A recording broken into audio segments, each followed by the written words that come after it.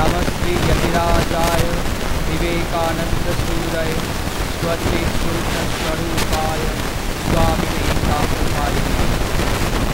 Our revered monks and brahmacharis, respected presidential coordinator, respected head of the Department of Computer Science and head of the Department of Physics, respected resource person and today's speaker, and at last, ladies and gentlemen, and all my brothers and friends, a very good afternoon to you all.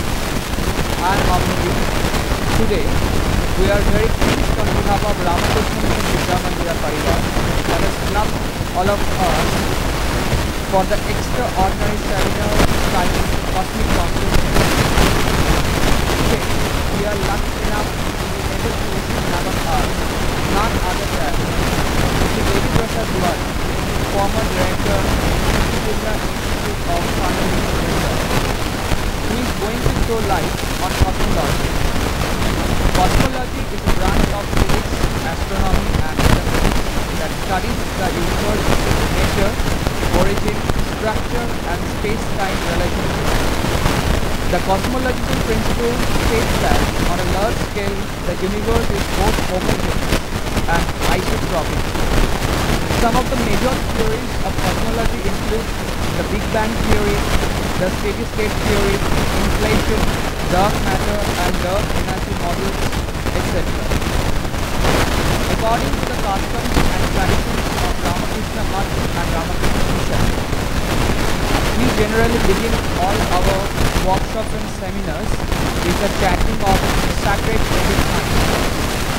There won't be any exception this time. So, without any delay, I'd like to call upon the dais the students of the Islamic department of the college.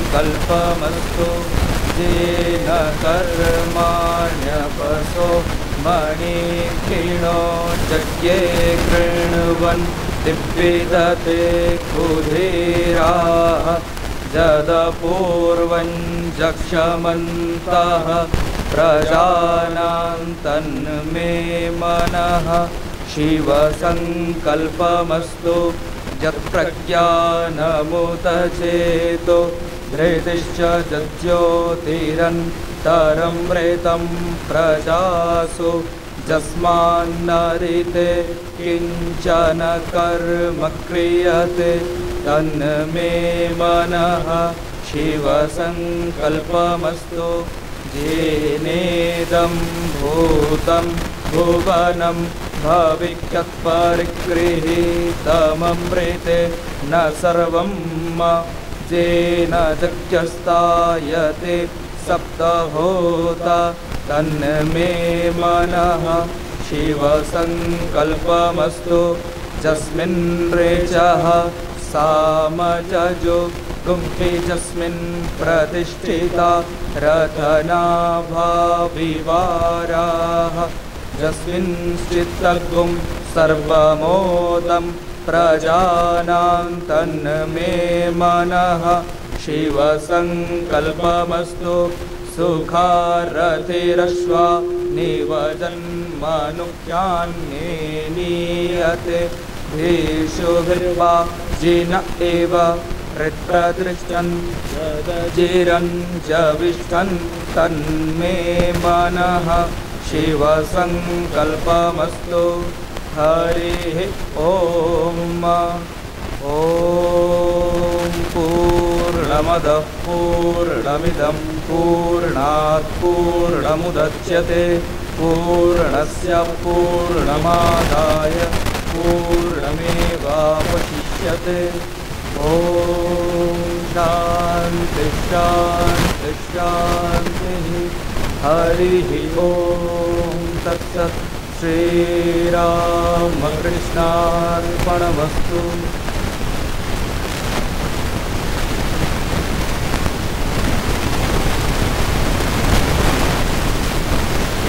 We are really very thankful to our students for they had turned the auditorium into wonderland with their melodious chanting of Vedic hymns.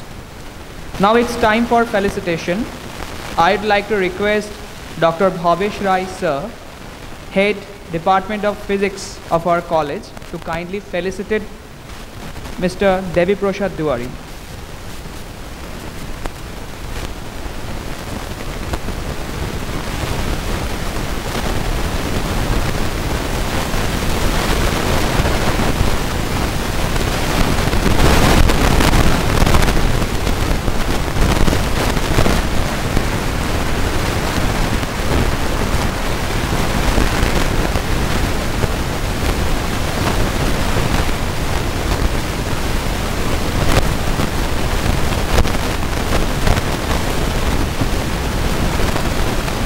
Now, I'd like to request the Head of the Department of Computer Science, Dr. Arindam Sarkar sir, to kindly provide the keynote address.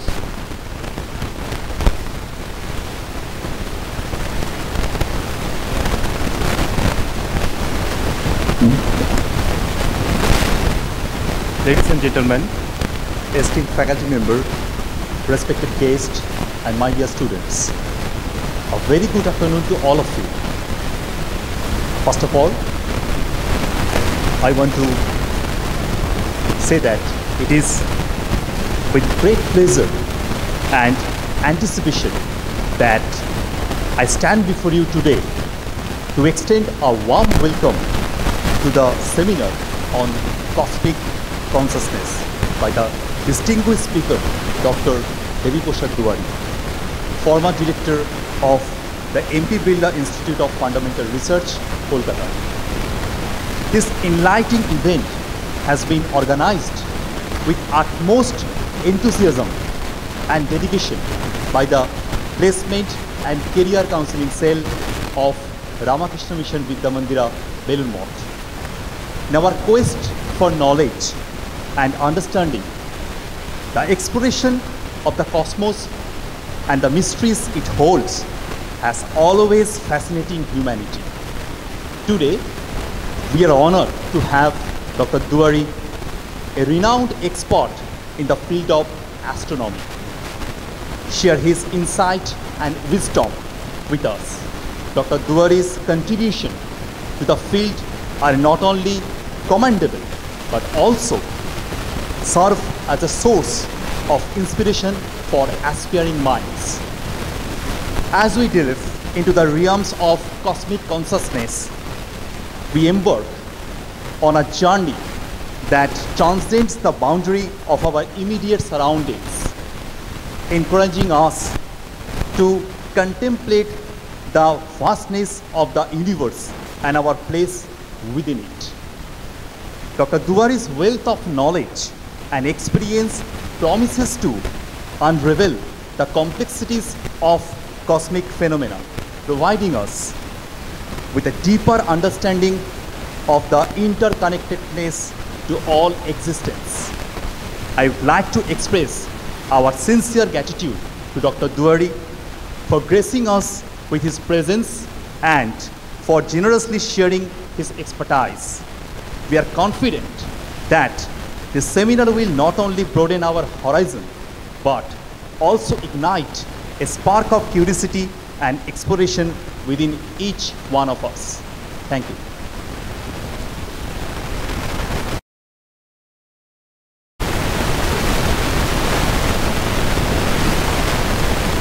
We are really very thankful to you, sir, for your wholesome attempt at value addition to the workshop. Without further delay, we would move to the main session of the workshop. But before proceeding further, I'd like to give a brief description about Dr. Devi Prasad Duwari. Dr. Duwari has pursued honors in physics, mathematics and statistics from Jadavpur University. He had a specialization in high energy physics from Jadavpur University, and he pursued PhD in Inter-University Center for Astronomy and Astrophysics, that is Pune. Dr. Duwari had been the visiting faculty or visiting fellow in Tata Institute of Fundamental Research. He was the assistant professor in Institute for Advanced Studies in Basic Sciences, Iran, faculty, University of Manchester, Institute of Science and Technology, United Kingdom. He was the former director, Research and Academics, MP Birla Institute of Fundamental Research, Kolkata. He was also the former director of Institute of Astronomy, Space and Earth Science, Kolkata. Now some of the awards and scholarships assumed by Dr. Devi Prasad Duwari.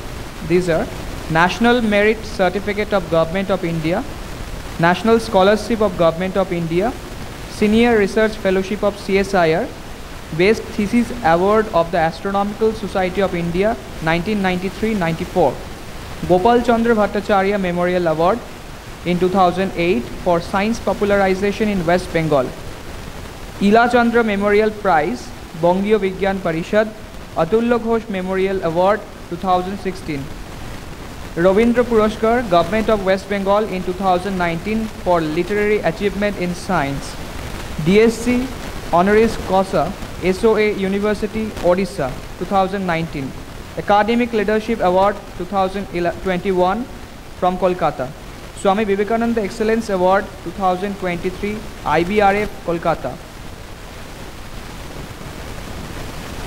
He had attended around 45 conferences and workshops, presented papers and delivered lectures in various institutes and universities of India, United Kingdom, United States of America, France, Belgium, Netherlands, Luxembourg, Germany, Spain, Denmark, Sweden, Switzerland, to name a few.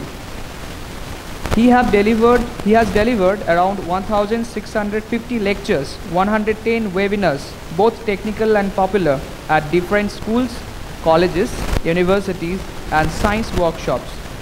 He has given 350 live television interviews.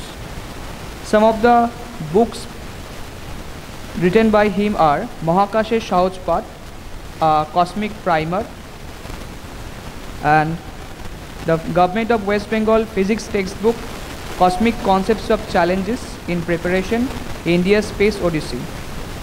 So without any further utilization of words, I'd like to request Dr. Devi Prasad Duwari to kindly throw light on cosmic consciousness.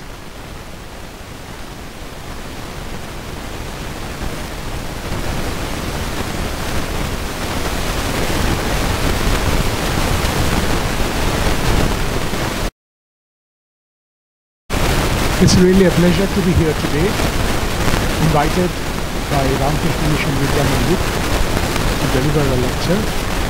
I think this is my 10th or 12th time that I'm at this auditorium giving a lecture to the university students and college students. So, since the deliberation from the beginning was in English, I'm saying a couple of words in English, but in the notice it has been given that it is in Bengali. So, আমি বাংলাতেই বলবো আপনাদেরকে। আজকে আমাকে এখানে আহ্বান করার জন্য আমি আন্তরিক কৃতজ্ঞ বিদ্যা মন্দিরের অধ্যক্ষ এবং যারা শিক্ষার সঙ্গে যুক্ত আছেন তাদের কাছে। আমার এই যে বক্তৃতার যে নামটা, এইটা নিয়ে একটা মাইনার কনফিউশন সৃষ্টি হয়েছে। কনফিউশন খারাপ সেন্সে, সেটা হচ্ছে আমাকে অনেকে হোয়াটসঅ্যাপে বা ফেসবুক মেসেঞ্জারে পাঠিয়েছেন যে আপনি কি তাহলে আধ্যাত্মিকতা নিয়ে কথা বলছেন, কেন কসমিক কনসিয়াসনেস। ঐতিহাসিকভাবে আমাদের কাছে কসমিক কনসিয়াসনেস বা মহাজাগতিক চেতনা, কনসিয়াসনেসের বাংলা হচ্ছে চেতনা, বললেই আমরা আধ্যাত্মিকতার কথা বলি। তা সেইখানে আমি নিজের থেকে যখন একটু কীরকম ঝালাপালা লাগছিল, আমি দুদিন আগে একটা উত্তর দিয়েছিলাম যে আধ্যাত্মিকতা বলতে কি বোঝায় আমার কাছে, এবং আধ্যাত্মিকতা এবং বিজ্ঞান যে পরস্পরের সঙ্গে কমপ্লিমেন্টারি, একে অন্যের পরিপূরক, এটা আমরা খুব একটা ধরতে পারি না। চেতনা শব্দটা যদি আমি নিই, আমার মতে চেতনার সম্পর্কে সাধারণ মানুষের বোঝার জন্য রবীন্দ্রনাথ ঠাকুরের মতো এত ভালো মানুষ ছিলেন না। তিনি লিখেছিলেন, আমার চেতনার রঙে পান্না হলো সবুজ, চুনি হয়ে উঠল রাঙা। মানে আমার যেটা মনে হয়েছে, আমরা জানি যে পান্না বলে যে পাথরটি থাকে সবুজ রঙের থাকে। কে বললো সেটা সবুজ? পান্না যে সবুজ রঙের হয় কে বলল? সুতরাং তাকে যে সবুজ বলে আমরা সংজ্ঞা দিচ্ছি বা আখ্যান দিচ্ছি, সেটা কিন্তু আমাদের চেতনার থেকে আসছে। ও সবুজ বলে আমি সেটাকে সবুজ দেখছি, না আমি সবুজ দেখছি বলে ও সবুজ, কোনটা সবুজ? সুতরাং সেইখানে এইসবের কথার মধ্যে বেশি না গিয়ে আমি এটা বলতে চাই, আমাদের চারপাশ সম্পর্কে আমরা যা দেখি, প্রত্যক্ষ করি, অনুভব করি, অনুভূতির স্তরে সেগুলো আমাদের বারবার আঘাত করে, সেগুলোকেই আমি চেতনা। আমি একটা বড় বইয়ের পাতায় পরপর কি লেখা আছে, বেশ নামি দামি লোকেরা বলেছেন, সেগুলো পড়েই জীবনকে সেইভাবে বুঝি। আমি জীবনকে বুঝি, আমি যেভাবে তাকে অনুভব করি সেটাই আমার কাছে। তাই বিজ্ঞান এবং প্রযুক্তির মাধ্যমে এখন যখন মহাকাশ মহাবিশ্ব আস্তে আস্তে আমাদের সামনে তার নতুন করে দরজা খুলে দিচ্ছে, আমাদের মহাজাগতীয় বা ব্রহ্মাণ্ড চেতনার একটা নতুন স্তর আমরা অতিক্রম করে একটা অদ্ভুত আনন্দের জায়গায় পৌঁছেছি। এখানে আমরা বুঝতে পারছি যে আমাদের মতো ক্ষুদ্রাতে ক্ষুদ্র অস্তিত্ব মহাকাশের বা মহাবিশ্বের তুলনায় কল্পনাও করা যায় না, অসীম ক্ষুদ্রতা। কিন্তু এই 25 থেকে 30 সেন্টিমিটারের মধ্যে আমরা সেই মহাবিশ্বকে দেখছি, সেখানেই আমাদের। সুতরাং ক্ষুদ্র যেন আমাদের মহত্ত্বতা, যেটা আমরা আজকাল জীবনে ব্যবহার করি। আমরা এখন ব্র্যান্ড ভ্যালুর ওপরে নির্ভর করে চলি। এই জামা কাপড় পয়সা থেকে শুরু করে হোক, পড়াশোনা থেকে শুরু করে হোক, সমাজ ব্যবস্থা থেকে শুরু করে হোক, রাজনীতি থেকে শুরু করে হোক, অর্থ ব্যবস্থা থেকে শুরু করে হোক, সব কিছুতেই অন্যরা কি করছে বা কোনটা সবাই করছে সেটা আমরা নিজেরা চিন্তা করি। সেইখানে কিন্তু আমার অন্তত তরুণ প্রজন্মের কাছে যারা পেছনের দিকে বসে আছে, তাদের মনে আঘাত দিচ্ছি না, কিন্তু আমি তাদের মনকে ছুঁয়ে যেতে চাইছি যে মৌলিক চিন্তা করতে শেখো যে কোনো বিষয়। তুমি কালকে তোমার বাবা মার সঙ্গে কেমন ব্যবহার করবে, সেটাও মৌলিক চিন্তার মাধ্যমে তুমি করতে হয় বলে করবে। যাই তাহলে মোটামুটি আমি খুলে বলতে পেরেছি যে আমি কী লেভেলের বলতে যাচ্ছি। প্রথমেই বলি যে মানুষটিকে এখানে ছাত্ররা প্রতিদিন সকালবেলা প্রণাম করেন, এই স্ক্রিনের পেছনে এখন যার ছবি ছিল স্বামী বিবেকানন্দ। স্বামী বিবেকানন্দর বিজ্ঞান সম্পর্কে যে ধারণা, আমার মনে হয় আজকের দিনেও তথাকথিত আধুনিক মনস্ক মানুষদের মধ্যে সেই ধারণাটা কিন্তু এখনো আসে। তিনি বুঝিয়েছিলেন যে বিজ্ঞান সমস্ত জিনিসকে, প্রকৃতির সমস্ত জিনিসকে একসঙ্গে এক জায়গায় দিচ্ছে। সত্যি কথা। যাই হোক, কয়েকজন মানুষের কথা বলবো, একটু ইংরেজিতে লেখা আছে, আপনারা মনে মনে ট্রান্সলেট করে নেবেন। প্লেটো প্রধান বিশাল দার্শনিক ছিলেন, তিনি বলেছেন, astronomy compels the soul to look upward and leads us from this world to the another. Edwin Hubble, খুব নামকরা বিজ্ঞানী, জ্যোতির্বিজ্ঞানী, তিনি বলেছেন আমাদের পঞ্চ ইন্দ্রিয়ের মধ্যে দিয়ে আমরা মহাবিশ্বকে যেভাবে দেখছি, অবলোকন করছি, সেই পদ্ধতিটাকে বলে বিজ্ঞান। আলাদা করে ফিজিক্যাল সায়েন্সের বই আলাদা হয়, ওদের প্রতিটা মুহূর্তের অভিজ্ঞতার মধ্যে স্টিফেন হকিং এর নাম আপনারা সবাই জানেন। তিনি বলেছেন, to confine our attention to terrestrial matters would be a limit to human spirit. প্রাত্যহিকতার মধ্যে আমরা যদি প্রতিদিন দৈনন্দিন জীবনের মধ্যে দিতে যাই, যেটা আমরা সবাই করি, সেখান থেকে মুক্তির উপায় খুঁজতে গেলে অনেকে ভাবেন আধ্যাত্মিকতা। ওই আধ্যাত্মিকতা মানে অন্য, সেই আধ্যাত্মিকতা আপনি পাবেন। আর স্টিফেন ওয়াইনবার্গ, এর নাম আপনারা কেউই হয়তো জানেন না, খুব নাম করা একজন তাত্ত্বিক জ্যোতির পদার্থবিদ। তিনি এত সুন্দর কথা বলেছেন, মানে যেটা আমি আমার ছাত্রদেরকে বলি। আমার কাছে ইংরেজিতে বলছি, ইংরেজিতে একটু বেশি পয়েন্ট শোনায়, লাইফ ইজ আ ট্র্যাজেডি। জীবন একটা আনন্দ। জীবনের প্রতিটা মোড়ে মোড়ে মোড়ে লুকিয়ে আছে শুধু। সেই দুঃখকে অতিক্রম করে আমরা যদি আনন্দ সন্ধান পাই তাৎক্ষণিক, তবেই বুঝবো জীবন। আর সেই দুঃখর মধ্যে থেকেও আনন্দেরকে খুঁজে বার করার সময়গুলো হচ্ছে যখন আমরা মহাবিশ্বের ভাবি, তার সঙ্গে আমাদের যোগাযোগ নিয়ে ভাবি, তার মধ্যে আমি কতটা ক্ষুদ্র ভাবি, আবার তার মধ্যেই আমি সব কিছুকে খুঁজে বেড়ানোর চেষ্টা করছি, সেই প্রচেষ্টা।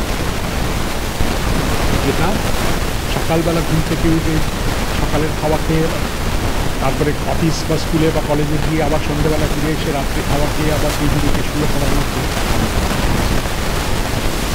কিন্তু মনুষ্যত্বে আপনার প্রত্যেকের, আপনাদের প্রত্যেকের অনুভূতির স্তরে আপনি যদি উন্নতি করতে চান, মাঝে মাঝে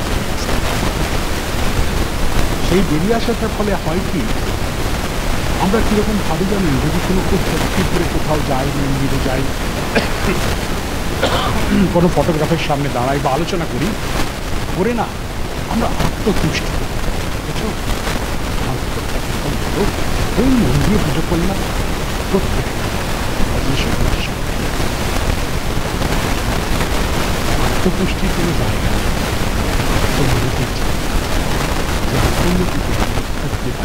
আমার এই মুহূর্তের থেকে পরের মুহূর্তে কতটা উন্নতি হলো তা করতে পারবো। কাজের কর্মের মধ্যে দিয়ে আপনি দেখান নয়, বাড়িতে কত দারুণ দারুণ ফটো ফ্রেমে ঠাকুর সাজিয়ে রেখেছেন তার জন্য নয়, কত দামি মালা পরালেন তার জন্য নয়, ধূপের কোয়ালিটিটা কত ভালো দিতে পারলেন, এই জিনিসটাকে বাদ দিয়ে সেই দিন আসছে না এলে তরুণ। আজ থেকে হাজার হাজার বছর আগে আমাদের পূর্বপুরুষরা যখন আকাশের দিকে তাকাতেন, তাদের মনে মনে প্রশ্ন আসলো, আকাশ বলতে কি বোঝায়? আকাশের মধ্যে পৃথিবীর অবস্থানটাই দেয়, আকাশের গায়ে যে আলোর বিন্দুগুলো দেখি যাদেরকে তারা বলে বলা হয়, তাদের সঙ্গে পৃথিবীর কোনো সংযোগ আছে? এই সমস্ত প্রশ্নের মধ্যে তিনি জন্ম নিয়েছিল জ্যোতির্বিজ্ঞান। তাই জ্যোতির্বিজ্ঞানকে যেমন মানব সভ্যতার একটি প্রাচীনতম বিষয় হিসেবে চিহ্নিত করা যায়, তেমনি খবরের কাগজে, টেলিভিশন চ্যানেলে যখন হামেশাই চোখে পড়ে মহাকাশ সংক্রান্ত ঘটনা বা বস্তুর কথা, বুঝতে পারা যায় যে আধুনিক বিজ্ঞানের ক্ষেত্রেও জ্যোতির্বিজ্ঞান একটা বিরাট জায়গা করে নিয়েছে। জ্যোতির্বিজ্ঞান বিষয়টির এমন ক্ষমতা যে আজ থেকে কয়েক কোটি লক্ষ বছর আগে এই যে আপনারা এখানে বসে আছেন, এই জায়গাটা কীরকম অবস্থা ছিল যেমন জানা নিতে পারে, আবার আজ থেকে কয়েক কোটি লক্ষ বছর পরে এখানে কীরকম অবস্থা হতে পারে তার সম্পর্কে একটা সম্যক ধারণা করে দিতে পারে। স্থান এবং কালের বিরাট ব্যাপ্তি জুড়ে জ্যোতির্বিজ্ঞানের খেলা। আর বিজ্ঞানীরা মনে করছেন শীঘ্রই একবিংশ শতাব্দীটি জ্যোতির্বিজ্ঞানের শতাব্দী হিসেবে চিহ্নিত হবে, তার একটা প্রমাণ নেই। 1901 থেকে 2000 সাল, এই 100 বছরে জ্যোতির্বিজ্ঞান, জ্যোতির পদার্থবিদ্যা, ব্রহ্মাণ্ড তত্ত্ব এবং আপেক্ষিকতাবাদ তত্ত্বে মাত্র 3.5 নোবেল প্রাইজ দেওয়া হয়েছিল। সেখানে 2000 থেকে 2023 6টি নোবেল প্রাইজ, 17 জন নোবেল বিজ্ঞানীকে এই পুরস্কার দেওয়া হয়েছিল এই একই বছর। এটি আপনারা বুঝতে পারছেন আমার বলার দরকার নেই যে বিষয়গুলো কত গুরুত্বপূর্ণ। রাতের আকাশ, আজ থেকে হাজার হাজার বছর আগে আমাদের পূর্বপুরুষরা এই আলোর বিন্দুগুলোর পেছনের মানে খোঁজার চেষ্টা করতেন, কিন্তু কোনো মানে খুঁজে না পেয়ে কী করেছিলেন, আকাশের বিভিন্ন দিকে ঘন সন্নিবিষ্ট কয়েকটি তারাকে মনে মনে চিহ্নিত করে সরল রেখা দিয়ে যোগ করে বিভিন্ন কাল্পনিক আকৃতির কথা ভাবতে শুরু করেছেন। এইভাবে সারা আকাশটিকে তারা 88টি ভাগে ভাগ করে ফেলেছিলেন, প্রতিটি ভাগকে চিহ্নিত করা হয়েছিল কোনো কাল্পনিক ছবি দিয়ে, যাদেরকে আজকালকার দিনে আমরা বলি কনস্টেলেশন বা তারামণ্ডল। আপনারা তো বলতে পারেন যেগুলো সব কাল্পনিক, এগুলোর জন্য আমাদের লাভ কি, আমাদের তরুণ প্রজন্মের জন্য লাভটা কোথায়? লাভ এখনও আছে। আপনাদের উদাহরণ দিই, এখনও প্রতি বছর ইন্ডিয়ান আর্মির অ্যাডভান্স কমান্ডো ট্রেনিং স্কুলে 6 রাত ধরে নতুন ব্যাচ অফ কমান্ডোদের এই রাতের আকাশ শেখানো। তার কারণ রাতের আকাশ যদি আপনি ঠিকমতো জানেন, অনেক সূক্ষ্ম যন্ত্র ছাড়াই আপনি চারপাশ সম্ভাবনার তথ্য হবে। যাই হোক, কিন্তু আমাদের পূর্বপুরুষরাই তারামণ্ডলকে একটু অন্য গণ্ডগোলে কাজে লাগিয়ে, তারা প্রথমে বললেন যদিও আমরা সূর্যের চারিদিকে এক বছর একটা চক্কর কাটি, কিন্তু আপাতভাবে আমাদের মনে হয় যেহেতু আকাশটা আমাদের কাছে একটা দ্বিমাত্রিক প্রেক্ষাপট বা 2 ডাইমেনশনাল সারফেস ছাড়া কিছু নয়, যে সূর্য যেন পৃথিবীর চারিদিকে এক চক্কর কেটে আসছে এক বছরে মনে হয়। এই এক বছরে সূর্য 88টির মধ্যে 12টি তারামণ্ডলের মধ্যে দিয়ে ভ্রমণ করে, ব্যাস তাতেই সব গণ্ডগোল শুরু হয়। 12 মাসে এক বছর 12টি তারামণ্ডল কোথায় যেন 2 দিয়ে 4 হয়ে গেলো। তারপরে আপনাদের কারোর জন্মদিন যদি জুন মাসের শেষের দিকে, যেই আপনি জুন মাসের শেষের দিকে জন্মালেন, আপনার দিকে একটা ছাপ্পা পড়ে যায়, আপনি কর্কট রাশির চাপ। তো যেই ওই ছাপ্পাটা পড়ে, আজকাল তো আমাদের প্রত্যেকের বাড়িতে 105টা করে টেলিভিশন চ্যানেল আসে, তার মধ্যে গোটা 5 চ্যানেলে এদেরকে প্রতিদিন দেখতে পাবেন। সব খবরের কাগজে 2 কলম এবং সব ম্যাগাজিনে দেখে এদেরকে জ্যোতিষী বলা হয়। তারা গড়গড় করে আপনার ভবিষ্যৎ বলতে শুরু। কিন্তু বিজ্ঞানের মধ্যে তাদের বাড়াবাড়ি হচ্ছে না, সূর্য আমাদের চারিদিকে ঘোরে না, আর আকাশের গায়ে 10টা তারা যোগ করে দুঃখিত 10টা তারা যোগ করে একটা সুন্দরী মেয়ে বা 15টা তারা যোগ করে একটা ভেড়া, এটা কল্পনা ছাড়া কিছু। তো কল্পনার উপর নির্ভর করে কার ভবিষ্যৎ বলতে পারে, কিন্তু কিছুটা কার কথা কোটি কোটি টাকার ব্যবসা। আজকে আমি সল্টলেকে থাকি, আসার আগে দেখলাম একটা বিরাট বড় হোর্ডিং পড়েছে, খুব নাম করে একটা গ্রহরত্নের দোকান, নামটা বলছি না, তারা আমাকে কেস করে দেবে। এখানে লেখা আছে শরীর খারাপ হলে কি করবেন, একটা ক্যাপসুলের বোতল উল্টে আছে, তার থেকে ক্যাপসুল। ভাগ্য খারাপ হলে কি করবেন, আসুন আমাদের এবং তাই খাচ্ছি, আমরা সবাই তাই খাই আর কি, তা বললে চলবে। ভাবছি এখন কিন্তু বাড়ি গিয়ে বলবে একটু হরস্কোপটা দেখবেন কি আছে। যাই হোক, কিন্তু মুশকিল হলো কি, আজ থেকে প্রায় 100 বছর আগে যখন জ্যোতিষীরা খুব মন দিয়ে আকাশটা, জ্যোতিষী বলছি জ্যোতির্বিজ্ঞানীরা দেখছিলেন, তারা দেখলেন সূর্য এক বছরে 12টি না 13টি রাশির মধ্যে দিয়ে অতিক্রম করে। ডিসেম্বরের 1 থেকে ডিসেম্বরের 19 তারিখ সূর্য ইংরেজিতে ওফিউকাস, বাংলায় সর্পধারী রাশির মধ্যে দিয়ে অতিক্রম করে। এটি জানার পরই আমার খুব কাছের একজন মানুষ, যার জন্মদিন 1 থেকে 19 ডিসেম্বর, হাউমা করে উঠলো, ওরে কী হয়েছে রে, ওরে কাল থেকে তো আনন্দবাজার বর্তমান আজকাল খুললে দিনটা কেমন যাবে খুঁজেই পাবো। এটা দেখেছি সর্পধারী রাশির জাতক জাতিকা হলে ভবিষ্যৎ কেমন হবে।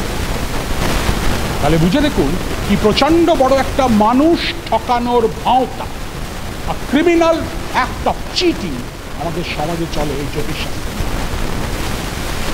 সময় চলে যাবে, আমি স্বামী বিবেকানন্দ উদ্ধৃতি দেব। তিনি কি বলেছেন জানেন, ভেঙে বলছি, তিনি কি বলেছেন জানেন, বলেছেন কারোর যদি মনে হয় তার সময়টা ঠিক যাচ্ছে না, জ্যোতিষীদের কাছে যেতে হবে, তাহলে আমি বলবো একটা ডাক্তার দেখাও, বাড়ি ফিরে গিয়ে ভালো একটু খেয়ে ঘুমিয়ে রেস্ট নাও, পরে। সুতরাং যার নামে আমরা এখানে এসেছি, সেই স্বামী বিবেকানন্দ কিন্তু জ্যোতিষশাস্ত্রকে খুব তুচ্ছ তাচ্ছিল্যের চোখে দেখতে, কিন্তু আমরা দেখি না কেন বলুন তো? আমাদের কাছে ফিলসফি অফ লাইফ হচ্ছে শর্টকাট টু সাকসেস। আমার ক্ষমতা নেই, কিন্তু আমাকে ওখানে পৌঁছতে, কী করে পৌঁছব? দুটো পথ আছে, একটা হচ্ছে এই পথ দিয়ে যাওয়া যায়, আরেকটা হচ্ছে আমাদের পশ্চিমবঙ্গের রাজনীতি করে যাওয়া, কিন্তু কোনোটাই সোজাসুজি যাওয়া যাবে, তাই না? যাই হোক, সারা পৃথিবীতে একটা বিস্ফোরণ ঘটে গেছে, আন্দোলন, আলোড়ন, বিপ্লব ঘটে গেছে প্রযুক্তির দিক থেকে। বিরাট বিরাট দূরবীন সমস্ত দেশ, প্রায় সমস্ত দেশ উন্নতিকামী, উন্নতিশীল প্রাণপণে চেষ্টা করছে, বড় বড় মানমন্দির দূরবীন সৃষ্টি করছে। বুঝতে পেরেছি যে দেশ মহাশূন্যের সব থেকে দূরতম বিন্দু থেকে প্রথম দেখতে পারবে, সেই দেশ বিজ্ঞানে অনেকটা এগিয়ে যাবে। এটি দেখুন, পৃথিবীর দুর্গমতম অঞ্চল চিলির, এয়ার কন্ডিশনিং লাগবে কি? চিলির লা পারানাল আটাকামা ডেজার্ট, 2.5 লক্ষ স্কোয়ার কিলোমিটারের মধ্যে ঘাসের দানাও হয় না, আমার মতে একটু এটা বন্ধ করুন, এই যা শব্দ হচ্ছে না ভাইব্রেশনে, খুব একটা বোধহয় দরকার নেই। তা বললে ফ্যানটা চালানো যায়, কিন্তু বেশি বেশি চালিয়ে কী হবে। যাই হোক, 2.5 লক্ষ স্কোয়ার কিলোমিটার মধ্যে কিন্তু ঘাসের দানাও হয় না। 8 মিটার ব্যাসের দূরবীন বসানো হয়েছে সেখানে। খরচ কত হয়েছে জানেন? শুনলে একটু অবাক হবে, 10,000 কোটি। এবং সরকার নিয়ম করে দিয়েছে, চিলির সরকার, 250 কিলোমিটার ব্যাসের মধ্যে কোনো মানুষ থাকতে পারে। আমাদের পশ্চিমবঙ্গ না, মানে ওপার বাংলা থেকে এসেই এখানে জুপি বসিয়ে দিল, হবে রাইট? যতই করুক, যতই আমার ভাইয়ের মামা পেটের কিসের ছেলে হোক, আমরা তো করি এগুলো। কলকাতা ভীষণ শোনা এই যাই। তা মানে আমি এখানে 3-4 বার গেছি কাজের জন্য। এই পুরো বিল্ডিংগুলোতে 5টা লোক চাকরি করে।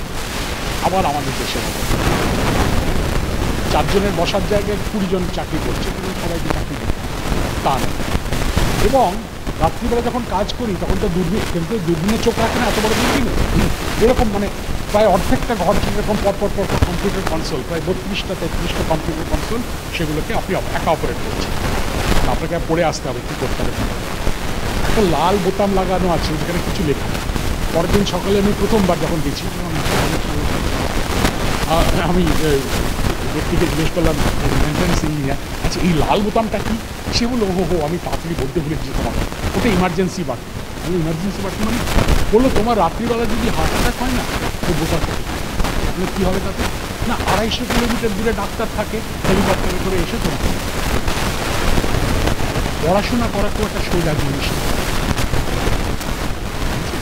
এখন তেমন দাঁড়িয়েছে, ছাত্ররা পড়াশোনা করবে, সমাজ বেড়ে করতে বেড়ে যাচ্ছে। আপনি পড়ো, যে তুমি যদি প্রিন্সিপালকে কলার ধরে মারো তবু পড়ো, তুমি যদি বছরে একটাও পিরিয়ড না করে পার্টির ঝান্ডা ধরো তবু পড়ো।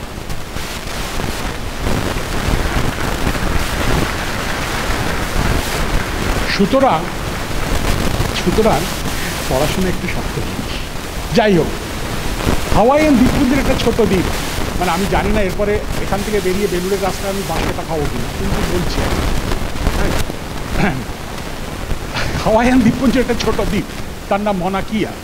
এই মনাকিয়া দ্বীপের উপরে 15টি দেশ 12টি দূরবীন বানিয়েছে। সব থেকে ছোট দ্বীপ খরচ করেছে $50 কোটি।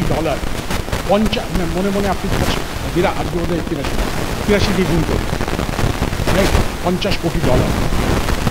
তবে আশ্চর্যের ব্যাপার হচ্ছে, পৃথিবীর সব থেকে বৃহত্তম দূরবীনটি এখনো তৈরি হয়নি। কাজ শুরু হয়েছে 2018, 2029 মতো শেষ হবে। পৃথিবীর বৃহত্তম দূরবীনটির নাম TMT, 30 মিটার টেলিস্কোপ। 30 মিটার ব্যাসের একটা বিশাল আয়না দিয়ে তৈরি এই দূরবীন। এই দূরবীনটি তৈরি করতে এত খরচ হচ্ছে যে কোনো দেশ একটি দেশ বানাতে পারছে না। 5টি দেশ সহযোগিতার হাত বাড়িয়েছে: আমেরিকা, জাপান, কানাডা, চীন এবং ভারত। আমরা কজন জানি যে 2018 সালে তৎকালীন প্রধানমন্ত্রী লোকসভায় ঘোষণা করেছেন, এই দূরবীনটি বানাতে ভারতের অবদান হবে 1700 কোটি টাকা, একটা যন্ত্র। আমরা খুব করি না, মানে তুচ্ছতা, বাঙালির একটা ভীষণ, আমরা তো বুদ্ধিজীবী, মানে আমি খুব গর্ব আর কি, আমি বুদ্ধিজীবী, তা করি না। তা আমরা যা ভাবছি, কি ভারতবর্ষ এরকম ভাবে নাকি? সব গাঁওয়ারদের লোক, হ্যাঁ, 3000 বছর আগে গণেশের স্কুল লাগিয়েছিল বলছে নাকি সার্জারি, মহাভারতের সময় ICBM ছুঁড়েছিল, তাই তো?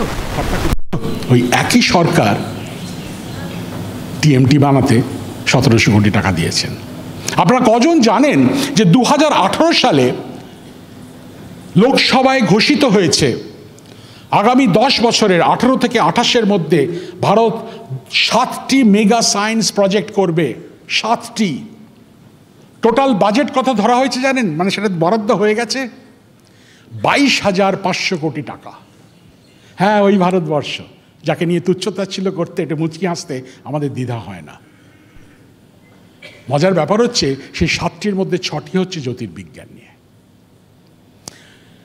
একটা কথা বড়দেরকে না, তোমাদের বলছি বাবা, ছোট যারা, ভারতবর্ষ না প্রচণ্ড গতিতে এগিয়ে যাচ্ছে, আমরা পেছনের দিকে হাঁটছি। ধরতে যদি চাও, যতটা গতিতে এগোচ্ছে তার থেকে বেশি গতিতে ছুটে ধরতে হবে। আমরা বড়রা তোমাদের ভবিষ্যৎকে এইটা করে দিয়েছি, বুদ্ধিজীবী বলে। আর সে নিয়ে আমরা গর্ব করি, আবার মুখ বন্ধ করে থাকি। কি দরকার আবার বাঁশ পেটা খাবো, তাই না? আর আমরা ভাবি সমাজ সংস্কার হোক। মানে আজকের দিনে বিবেকানন্দ জন্মালে আমার মনে হয় উনি এত কষ্ট পেতেন মানসিকভাবে যে কাদের জন্য আমি বলছি। এরা শুধু সপ্তাহে 2 দিন মলে যাব, বছরে 4 বার রিসোর্টে যাব, একটু পয়সা হলে আমেরিকায় বা ইংল্যান্ডে বেড়াতে যাব বছরে 1 বার, আমার 2টো গাড়ি থাকবে, একটা ফ্ল্যাট আর একটা ফ্ল্যাট ভাড়া দেব, আমার ছেলে বা মেয়ে সব থেকে লেটেস্ট ব্র্যান্ডে জামা প্যান্ট পরবে, আমার স্ত্রী পুজোর 4 দিনে 22টা শাড়ি কিনবে, তবেই তো আমি মানুষ।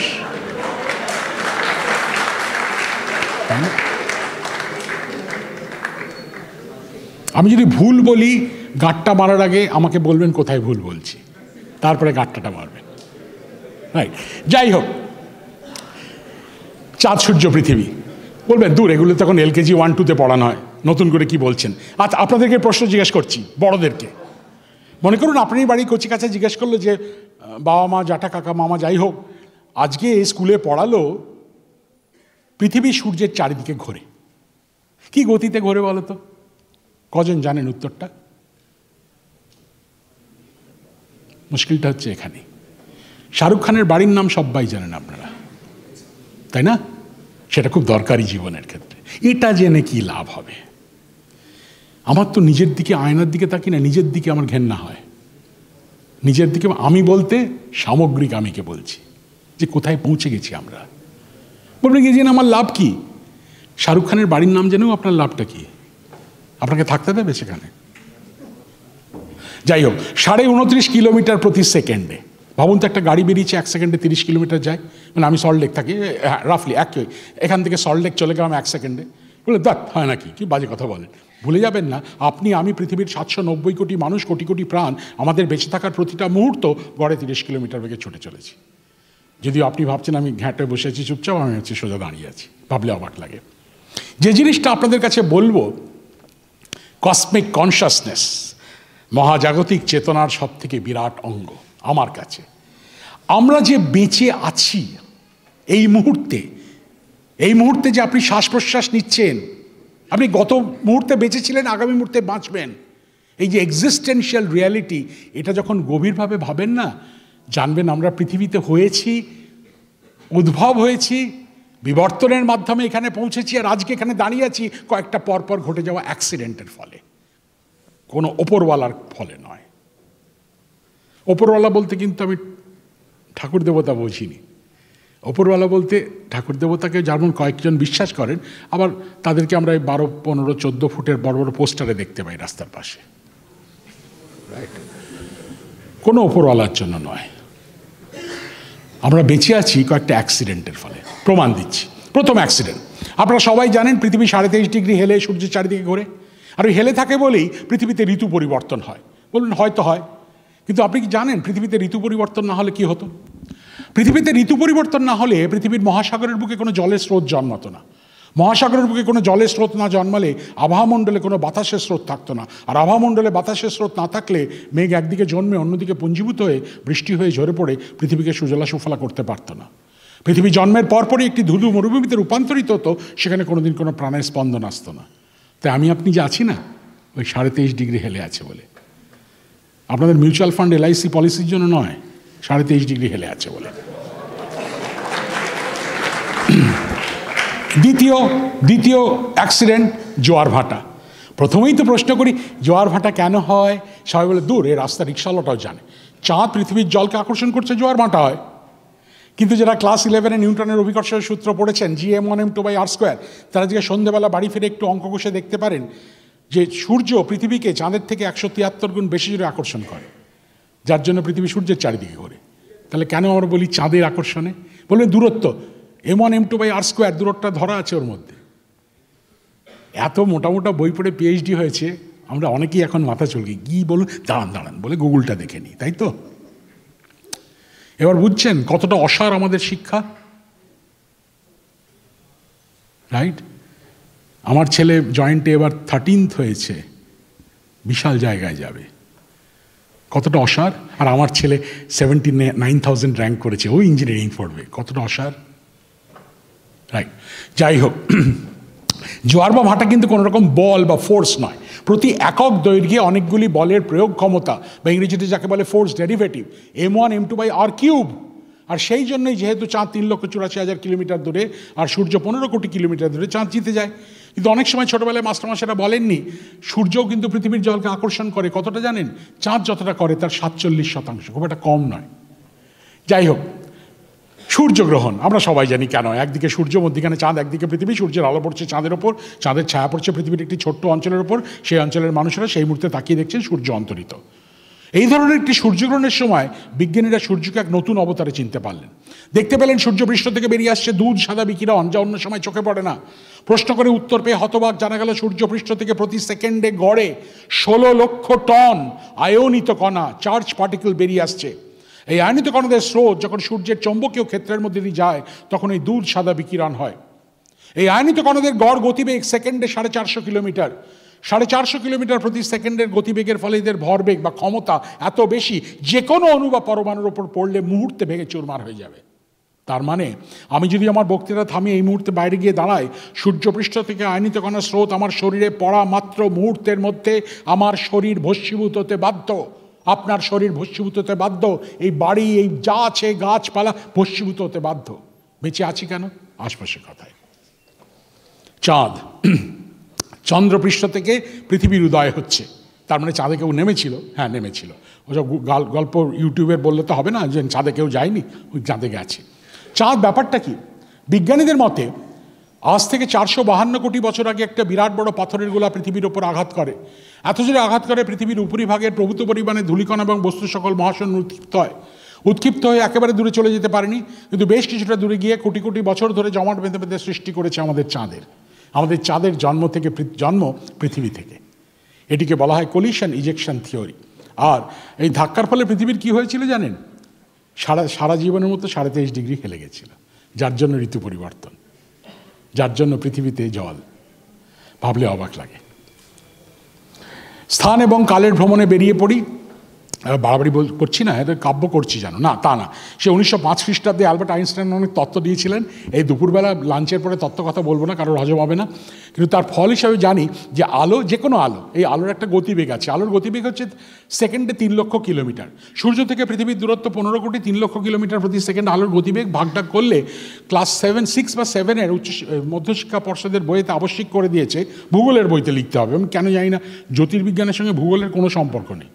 ম্যাক্সিমাম লোকের ধারণা ভূগোল করলে জ্যোতির্বিজ্ঞান হয় না। যাই হোক, লিখতে হবে যে সূর্য থেকে পৃথিবীর দূরত্ব 8.3 আলোক মিনিট। মানেটা কি? মানেটা হচ্ছে এই মুহূর্তে আপনি বাইরে বেরিয়ে গিয়ে সূর্যের দিকে এক লহমার জন্য তাকিয়ে বলুন, এই যে সূর্যটা দেখছি না, ঠিক এক্ষুনি থেকে 8.3 মিনিট আগে যেমন দেখতে ছিল সেটা এখন দেখতে পাচ্ছি। এই মুহূর্তে কেমন দেখতে কেউ জানে না। সব থেকে কাছের তারা প্রক্সিমা সেন্টাউরি 4.2 আলোকবর্ষ দূরে। আজকে সন্ধে আকাশ পরিষ্কার থাকলে তারাটার দিকে দেখিয়ে বলবেন, এই যে তারাটা দেখলাম 4.2 বছর আগে যেমন দেখতে ছিল সেটা এই মুহূর্তে দেখতে পাচ্ছি। আকাশে তাকালে এমন অনেক তারা আছে যারা 100-500 আলোকবর্ষ দূরে দেখতে পাই। তার মানে 500 আলোকবর্ষ দূরের তারাটাকে যখন দেখছেন, ওই যে আলোটা আপনার চোখের মনির মধ্যে দিয়ে ঢুকে আপনার ছবিটা তৈরি করছে, সেটা 500 বছর আগে শুরু হয়েছিল তারাটা থেকে। এখন ভেবে দেখেছেন? তাই আপনার বাড়ির কচিকাচারা যদি হাত ধরে ঝুলে পড়ে বলে যে আমাকে সায়েন্স সিটিতে নিয়ে চলো, 50 টাকা খরচ করে টাইম মেশিনে চড়বো, একদম না। যে কোনো পরিষ্কার রাতে খোলা আকাশের তলায় বেরিয়ে ঘাটটাকে কাত করুন। যত গভীরের তারা আপনি দেখছেন না, আপনি আপনার নিজের অতীতকে দেখছেন। আমরা টাইম ট্রাভেল করি, সময় ধরে ভ্রমণ করি অতীতে, যে মুহূর্তে আকাশের দিকে তাকাই, অথচ এটা কিন্তু আমরা বুঝতে পারি না। সেই জন্য আকাশের মধ্যে এত রোমান্টিকতা আছে। শুধু স্থান না, কালেরও ভ্রমণ করি আমরা। তা আমাদের এই স্থান এবং কালের ভ্রমণের প্রথম স্টপেজ হচ্ছে সৌরজগৎ। এটা একটা আর্টিস্ট ইমপ্রেশন ছবি, কিন্তু রঙগুলো মোটামুটি প্রত্যেকটাই সত্যিকারের রঙ। প্রধান অবতার সূর্য, তারপরে বুধ শুক্র পৃথিবী মঙ্গল বৃহস্পতি শনি ইউরেনাস নেপচুন ব্যাচেলি প্লুটোকে ঘাড় ধাক্কা দিয়ে বার করে দিয়েছে। সূর্য, ছোটোবেলায় সবাই পড়েছি সূর্য একটা গ্যাসের গোলক, তাই না? আচ্ছা বলুন তো, আপনারই বাড়িতে বাচ্চাটা যদি জিজ্ঞেস করে যে আচ্ছা শোনো, একটা ফুটবলের মধ্যে কিছুটা রঙিন গ্যাস পাম্প করে ফুটবলটাকে কেটে ফেলি, ভেতরের গ্যাসটা গোল হয়ে থাকবে? থাকবে না তো। ছড়িয়ে পড়বে। তাহলে সূর্য একটা গ্যাসের গোলক হয়ে ছড়িয়ে পড়ছে না কেন? কি বলেন বিজ্ঞানীরা? তাদের মতে আজ থেকে 460 কোটি বছর আগে একটা বিরাট বড় ঘনকালো গ্যাস এবং ধূলিকণা সম্বলিত মেঘ মহাশূন্যে ভেসে বেড়াচ্ছিল। এই মেঘটি 91% হাইড্রোজেন, 8% হিলিয়াম, 1% অন্য মৌল দিয়ে তৈরি। এই মেঘটির তাপমাত্রা ছিল -240 ডিগ্রি সেন্টিগ্রেড। এই অত্যন্ত শীতল অবস্থায় এই ধরনের মেঘের মধ্যে একটিমাত্র বল কাজ করে, তাহলে স্ব-অভিকর্ষজ বল। এই স্ব-অভিকর্ষজ বলের ফলে এই মেঘের বহির্ভাগ কেন্দ্রের দিকে আকৃষ্ট হয়। যত কেন্দ্রের দিকে গ্যাস ঘনীভূত হয়, কেন্দ্রের ঘনত্ব বাড়ে, ঘনত্ব বাড়লে চাপ বৃদ্ধি পায়, চাপ বৃদ্ধি পেলে তাপ বৃদ্ধি পায়। তাপ বৃদ্ধি পেতে পেতে -240 ডিগ্রি সেন্টিগ্রেড থেকে তাপমাত্রা ওঠে 1.5 কোটি ডিগ্রি সেন্টিগ্রেডে। আর এই 1.5 কোটি ডিগ্রি সেন্টিগ্রেডে একটা ঘটনা ঘটে। 4টে হাইড্রোজেন পরমাণুর কেন্দ্র মানে নিউক্লিয়াস যেন একসঙ্গে এসে জুড়ে গিয়ে সৃষ্টি করে একটা হিলিয়াম পরমাণুর কেন্দ্র। এই পারমাণবিক সংযোজন বিক্রিয়া, থার্মোনিউক্লিয়ার ফিউশন রিয়াকশনটি পৃথিবীর গবেষণাগারে বিজ্ঞানীরা করতে পেরেছেন, কিন্তু 3-4 বছর আগে অবধি কন্ট্রোল করতে পারতেন না বলে হাইড্রোজেন বোমা হিসেবে ফাটিয়ে দিতেন।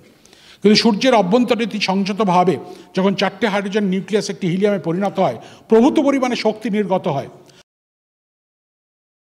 সেই শক্তি যত চেষ্টা করে বাইরের দিকে বেরিয়ে আসতে, একটা বিকিরণজনিত চাপ সৃষ্টি করে বাইরের দিকে।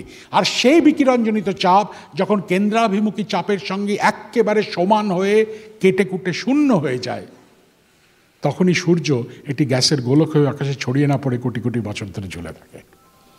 আমরা তো প্রত্যেককে নিজেদেরকে খুব ক্ষমতাবান বা ক্ষমতাবতী ভাবি, হয় অর্থ, নাহলে বুদ্ধি, নাহলে পেশি শক্তি। আর আগে বলেছি পশ্চিমবঙ্গের মতো জায়গাগুলো 3টে না থাকলেও চলবে, রাজনৈতিক মদত। ভুলে যান, আমরা প্রত্যেকে বেঁচে আছি ঠিক এই মুহূর্তে আপনি নিঃশ্বাস নিচ্ছেন, তার কারণ 15 কোটি কিলোমিটার দূরে একটি গ্যাসের গোলকের মধ্যে দুটি পরস্পর বিরোধী বল এক্স্যাক্টলি কেটে কেটে শূন্য হচ্ছে। তা যদি না হতো, হয় সূর্য প্রসারিত হতো আর নাহলে সংকুচিত। তা যদি হতো, 8.3 মিনিটের মধ্যে সমস্ত শেষ, কেউ আটকাতে পারবে না। পিওর অ্যাশ, ছাই বা টোটালি ফ্রোজেন হয়ে যাবে। সুতরাং এরপরে এই করার আগে একবার ভাববেন আসল শক্তিধর কে। তাকে প্রণাম করলে তার কিছু এসে যাবে না। আপনি সূর্যকে পুজো করুন চাই না করুন, তাতে সূর্য কিন্তু পাল্টায় না, এটাও মনে রাখবেন।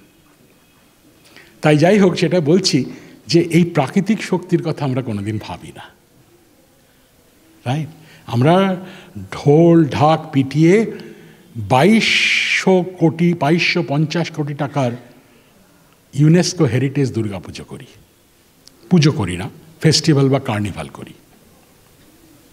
আধ্যাত্মিকতার দিক থেকে যে কোথায় যে পৌঁছেছি না আমরা বাঙালিরা, ভাবা যায় না।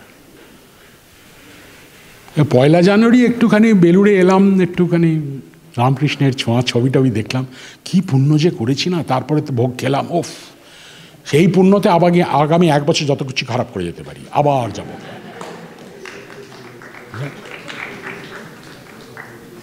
মানসিকতা আমাদের কোথায় পৌঁছেছেন বুঝছেন? শুধু আমার হাসি পায় না, আমরাই আয়নাতে আমাকে দেখে আমাকে আঙুল তুলতে হবে, অন্য কাউকে নয়। যাই হোক, 4টে হাইড্রোজেন একটা হিলিয়ামে রূপান্তরিত হলে জন্ম নিল সূর্য। সূর্যের 3টে অঞ্চল, একেবারে পৃষ্ঠদেশ, যাকে দেখে ওই জবা কুসুমং শঙ্কা অশঙ্কাশ্যপ্যাং মহাদ্যতিম বলে সূর্য প্রণাম করেন, সেটাকে বলা হয় আলোর বর্তিকা, ফোটোস্ফিয়ার। একটু শকিং না আমার মুখ থেকে এই মন্ত্রটা শোনা? যাই হোক, আলোর বর্তিকা মানে এইখানেও আমি বলতে চাই, এই যে উপনিষদ থেকে পাঠ হলো না, এত ভালো লেগেছে। কিন্তু আমার সব থেকে আনন্দ কোনো দিন হবে বলুন তো, যেদিন পদার্থবিদ্যা বিভাগের ছেলেরা এই মন্ত্রোচ্চারণ করবেন, আর যেদিন সংস্কৃত বিভাগের ছেলেরা বিজ্ঞান নিয়ে কথা বলবেন। That will be that.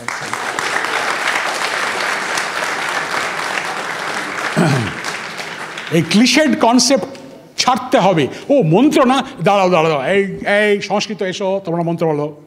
What nonsense! শিক্ষার কি এরকম মানে প্রকোষ্ঠ আছে নাকি? এটা ব্যারিয়ার, তারপরে এই শিক্ষা, তারপরে এটা, তারপরে ওই শিক্ষা। আমরা ছেলে মেয়েদেরকে এনকারেজই করি না। দোষটা ওদের নয়, দোষটা আমাদের। যাই হোক, খুব জ্ঞান দিচ্ছি না, বয়স হয়ে গেছে তো, মানে 62 বছর বয়স, কি করবো বলে যাচ্ছি, জ্ঞান দিচ্ছি। আচ্ছা, তা আলোকবর্তিকা, ফোটোস্ফিয়ার, এইরকম ছানা কাটা দেখতে। আসলে এগুলো এক একটা কোষের মতো, এক একটা গ্যাসের স্তম্ভ, 600-650 থেকে 700 কিলোমিটার গভীর। ভেতর থেকে উত্তাপ এসে এই স্তম্ভের তলদেশের গ্যাসকে উত্তপ্ত করলে গ্যাস উত্তপ্তে ওপরে ওঠে, পৃষ্ঠদেশে এসে সেই উত্তাপকে সূর্যের আলো হিসেবে বিকিরণ করে ঠান্ডা হয়ে গিয়ে ফোয়ারার মতো নেমে গিয়ে ভেতর থেকে উত্তাপ টেনে টেনে বার করে। এই আলোকবর্তিকার ঠিক ওপরে অদ্ভুত গোলাপি কাঁটা কাঁটা মায়াবী গ্যাসের সমার দেখতে আমরা দেখতে পাই না, পূর্ণগ্রাস সূর্যগ্রহণের সময় দেখা যায়। একে বলা হয় বর্ণমণ্ডল বা ক্রোমোস্ফিয়ার। আর আমার কাছে প্রকৃতির একটা দুর্দান্ত ছবি, 6টা মণ্ডল, সৌর মুকুট বা ইংরেজিতে বলে করোনা। করোনা মানে করোনা ভাইরাস নয়, করোনা শব্দটা ল্যাটিন ভাষা থেকে এসছে, মানে ক্রাউন, সূর্যের মুকুট। দেখুন, আপনাদেরও ভালো লাগবে।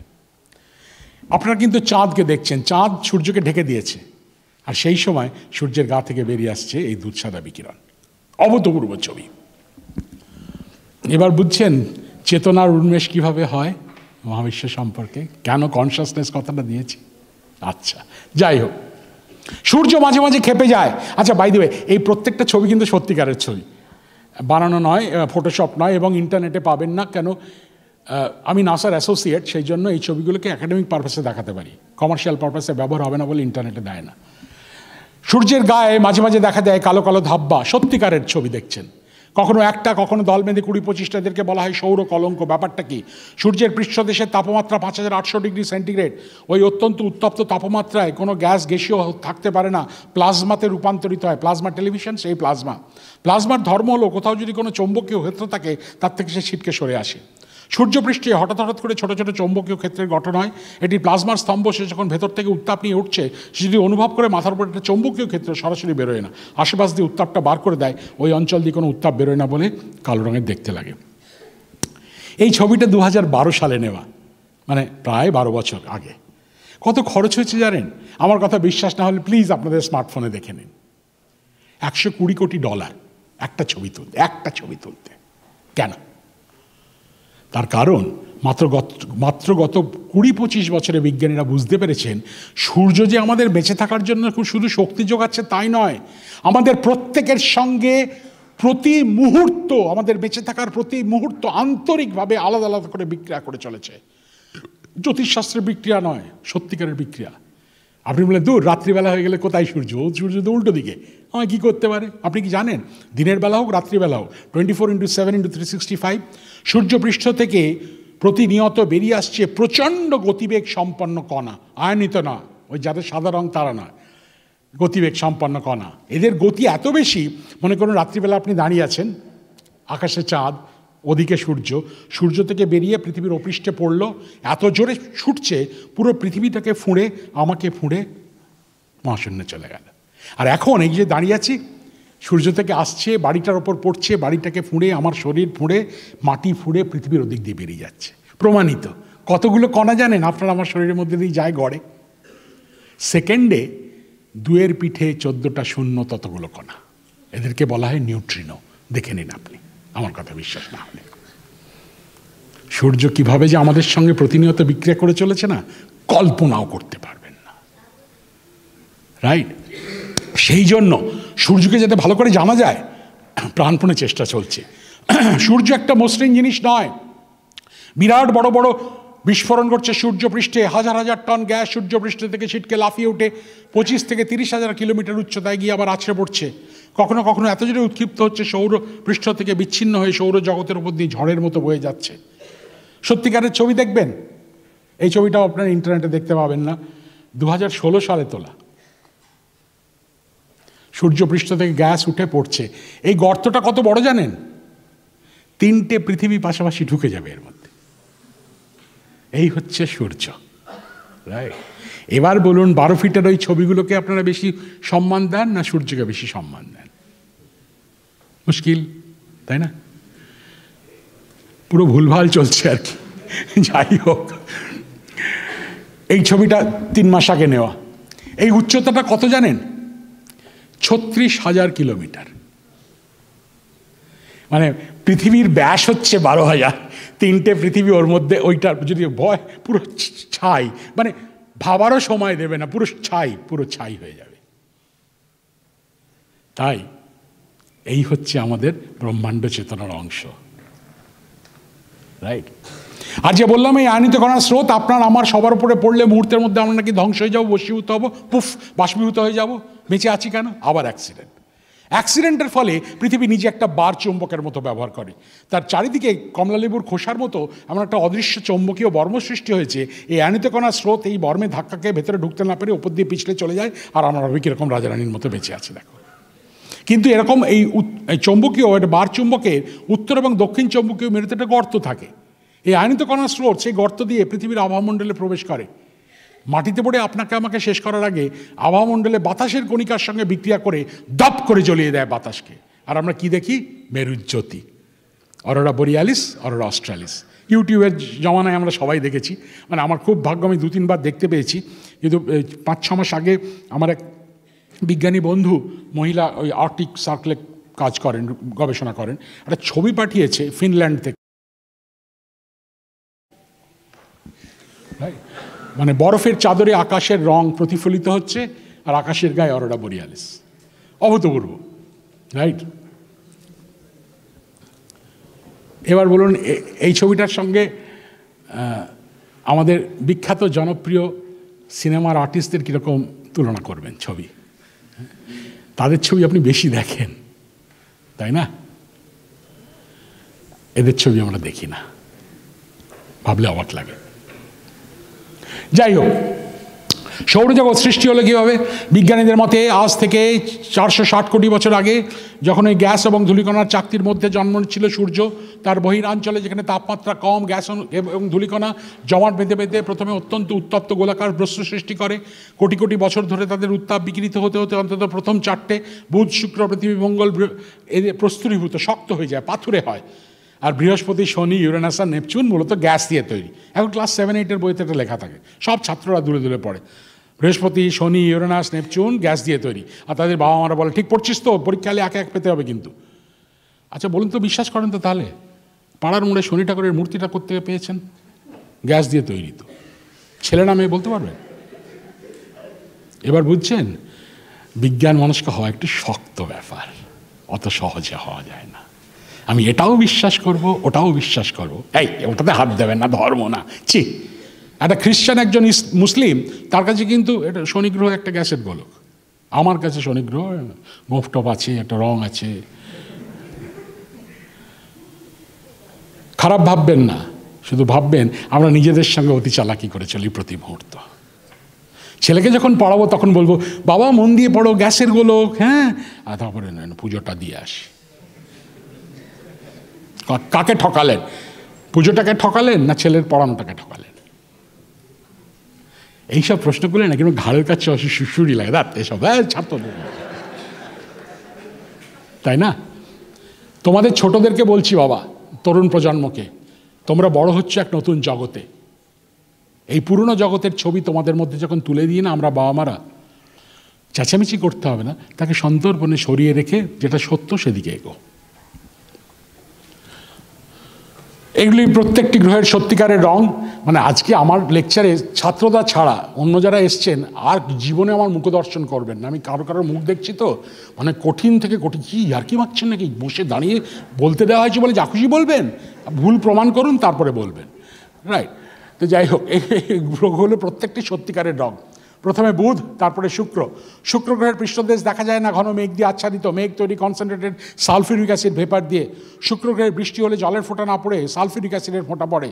তারপরে ধরিত্রী জননী সুজলা সুফলা পৃথিবী, তার কথা আজকে নাই বা তুললাম। তারপরে লাল গ্রহ মঙ্গল, লাল কেন? মরছে পড়ছে, জং ধরছে মঙ্গল গ্রহের গায়ে, ফেরাস এবং ফেরিক অক্সাইড দ্বারা আচ্ছাদিত। কিন্তু 2002 সালে হাবল স্পেস টেলিস্কোপ থেকে তোলা এই ছবিটিতে বিজ্ঞানীরা উৎসাহিত, তার কারণ এর মেরুপ্রদেশে দেখতে পেয়েছেন একটা সাদা আস্তরণ। তাদের মধ্যে এই সাদা আস্তরণ মানে জলীয় বরফ, কার্বন ডাইঅক্সাইড বরফ এবং মিথেন বরফ। তাদের মধ্যে অন্তত কিছুটা যদি জলীয় বরফ থাকে, তাহলে কি অতীতে তরল জল ছিল মঙ্গল গ্রহে? আর তরল জল মানে তো প্রাণ, তাহলে কি মঙ্গল গ্রহে প্রাণ ছিল, আজও আছে? বিরাট প্রশ্ন।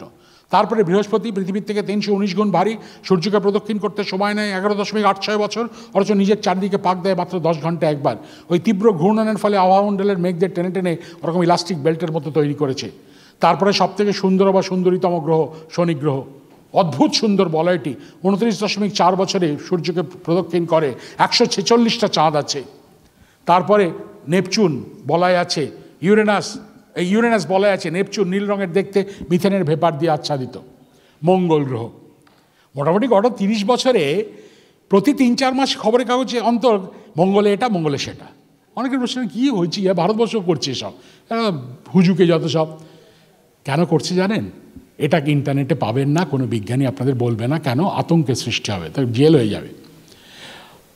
মঙ্গল গ্রহের মাটিতে বা মাটির তলায় যদি জলীয় বরফ থাকে, তার কারণ এরকমের ভূতাত্ত্বিক নিদর্শন দেখতে পাওয়া গেছে যেন তরল জল কোনোদিন পাথর কেটে বয়ে গেছিল মঙ্গল গ্রহে। তাহলে এককোষী বহুকোষী ভাইরাস, ব্যাকটেরিয়া, প্যারাসাইট থাকতে পারে। এক বিন্দু জলে কোটি কোটি প্রাণ থাকে। জানেন তো এক বিন্দু জলে কতগুলো করোনা ভাইরাস থাকে জানেন? 4.5 কোটি এক বিন্দু জলে। প্রতি বছর গড়ে কয়েকশো কিলোগ্রাম পাথরের টুকরো মঙ্গল গ্রহ থেকে ছিটকে পৃথিবীতে এসে পড়ে প্রতি বছর। আমরা খেয়াল করি না কেন? 74% জল বলে পৃথিবীর, রাইট? এরকম একটা পাথরের চেপে না, এরকম একটা পাথরের টুকরো যাতে ভাইরাস, ব্যাকটেরিয়া, প্যারাসাইট আছে পৃথিবীতে যদি পড়ে, বন্ধুরা বিশ্বাস করুন 6 মাস থেকে 3 বছরের মধ্যে পৃথিবী ছারখার হয়ে যাবে। করোনা ভাইরাস যার সম্পর্কে আমরা জানতাম, তাকে আটকাতে 4.8 কোটি লোক মারা গেছিল 1.5 বছরে। আর এগুলোর সম্পর্কে আমরা জানি না। সুতরাং আপনার ভবিষ্যৎ প্রজন্ম যেন সুখে থাকে, ভালো থাকে, সুস্থ থাকে, আপনি যেন আরও কিছুদিন বেঁচে থাকেন, তার জন্য জানার দরকার মঙ্গল গ্রহে প্রাণ আছে কিনা। শুধু শুধু কেউ টাকা খরচা করছে না। বিজ্ঞানীরা তো বিজ্ঞানী করছে, টাকাগুলো তো দিচ্ছে সরকার, তারা তো রাজনীতিবিদ। তারা কেন দিচ্ছে? তারা বুঝতে পেরেছে এটা দরকার করারটা, বুঝেছেন? সুতরাং মঙ্গল গ্রহ নিয়ে লাফালাফির কারণ আছে। 2008 সালে অবতরণ করলো ফিনিক্স নামে একটি মহাকাশযান। অল্প একটু আঁচড়ে দেখা গেল সাদা আস্তরণ। বিজ্ঞানীরা বললেন এটা কি জলীয় বরফ? ইনসাইডে দেখুন 3টে নুড়ি পাথর এখান থেকে নেওয়া। 4 দিন পর আর দেখা গেল না। এই প্রথম মানব সভ্যতার ইতিহাসে পৃথিবীর গণ্ডির বাইরে জলীয় বরফের প্রমাণ পাওয়া গেল। 2012 সালে অবতরণ করলো কিউরিওসিটি। প্রথম ছবি পাঠালো, আশ্চর্য খটখটে শুকনো নদী খাত। বিহার, ঝাড়খণ্ডে গ্রীষ্মকালে দেখতে পাবেন, বর্ষায় বন্যা হয়ে ভর্তি হয়ে যায়। নুড়ি পাথর তখনই থাকে যখন যেখানে জলের প্রবাহমান জল থাকে। ডেফিনেটলি তরল জল ছিল কোনোদিন মঙ্গল গ্রহে। আর সারা পৃথিবী যখন ফুটছে, মানে বিজ্ঞানী মহল এই মঙ্গল গ্রহ সম্পর্কে আরও জানতে হবে, নাহলে কিন্তু ব্যাপারটা ঠিক দিকে এগোচ্ছে না। 2012 সালের 15ই আগস্ট ভারতের স্বাধীনতা দিবসে তৎকালীন প্রধানমন্ত্রী ঘোষণা করলেন ভারত মঙ্গল অভিযানের জন্য প্রস্তুত। বিশ্বাস করুন বন্ধুরা, আমি সরকারি চাকরি নই, আর কোনো পার্টিও করি না, কেউ আমাকে রাখবে না, এত ঠোঁটকাটা আমি, কোনো পার্টি রাখবে না, যাই হোক, করতে চাইও না। সারা পৃথিবী জুড়ে হাসির কলরল উঠেছিল সেদিন। আমাদের সব থেকে কাছের খুব বন্ধু দেশ আর কি, চীন তার নাম। তা 16ই আগস্ট, কিন্তু চীন বন্ধু নয় বললে হবে। 10 বছর আগে পর্যন্ত দুর্গাপুজো করে গেছে চীনের অ্যাম্বাসেডাররা। তখন অন্য লোকেরা থাকতো আর কি আমাদের মাথায়, তারা তখন চীন ভক্ত ছিল, এখন তারা চুপচাপ হয়ে গেছে। কেউই খুব একটা ধোয়া তুলসী পাতা নয়, এটা মনে রাখবেন, রাইট? আমি নিজে দেখেছি চাইনিজ অ্যাম্বাসেডার এসে দুর্গাপুজো উদ্বোধন করছেন, ভেবে দেখুন, সল্ট লেকে, রাইট? সেই চীন এখন খারাপ হয়ে যায় কখনো? যাই হোক, কী করা যায়, পার্টিটা খারাপ হয়নি, চীন খারাপ হয়েছে। তা চীনের প্রধান যে নিউজ সংস্থা জিনহুয়া নিউজ এজেন্সি, 16ই আগস্ট বড় বড় করে বেরোলো সংবাদ, ভারতের বিজ্ঞানীরা নিজেদেরকে পৃথিবীর সামনে এই ক্লাউন এবং জোকার বলে প্রমাণিত করতে চলেছেন। মানে এর থেকে আর এ কথা অসম্মানজনক কথা হয় না। কিন্তু আপনারা জানেন বাকিটা ইতিহাস।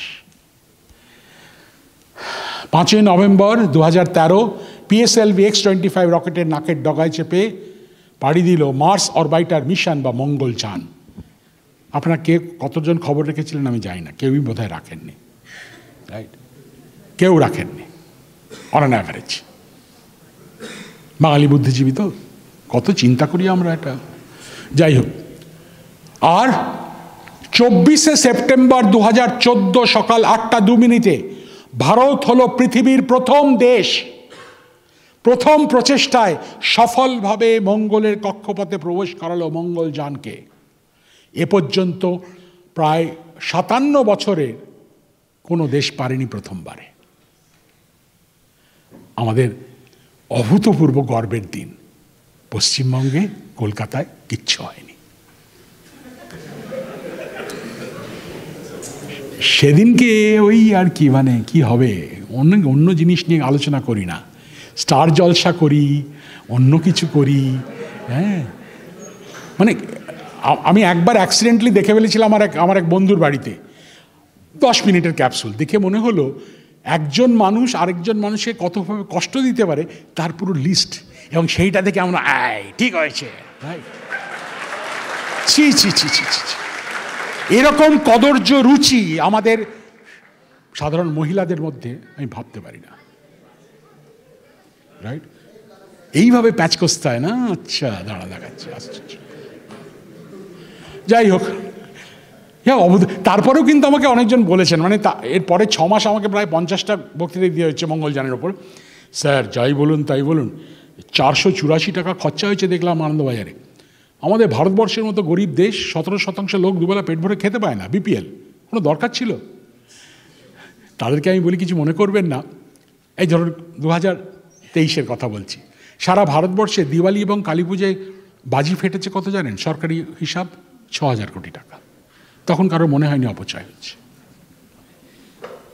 দুর্গাপূজায় কত খরচ হয়েছে? বললাম তো 2250 কোটি টাকা। তখন কারোর মনে হয়নি অপচয় হচ্ছে। বললেন কি বলছেন, এই দুর্গাপুজো নিয়ে এই বলতে আছে, এই অধার্মিক নই। তার কারণ কি জানেন?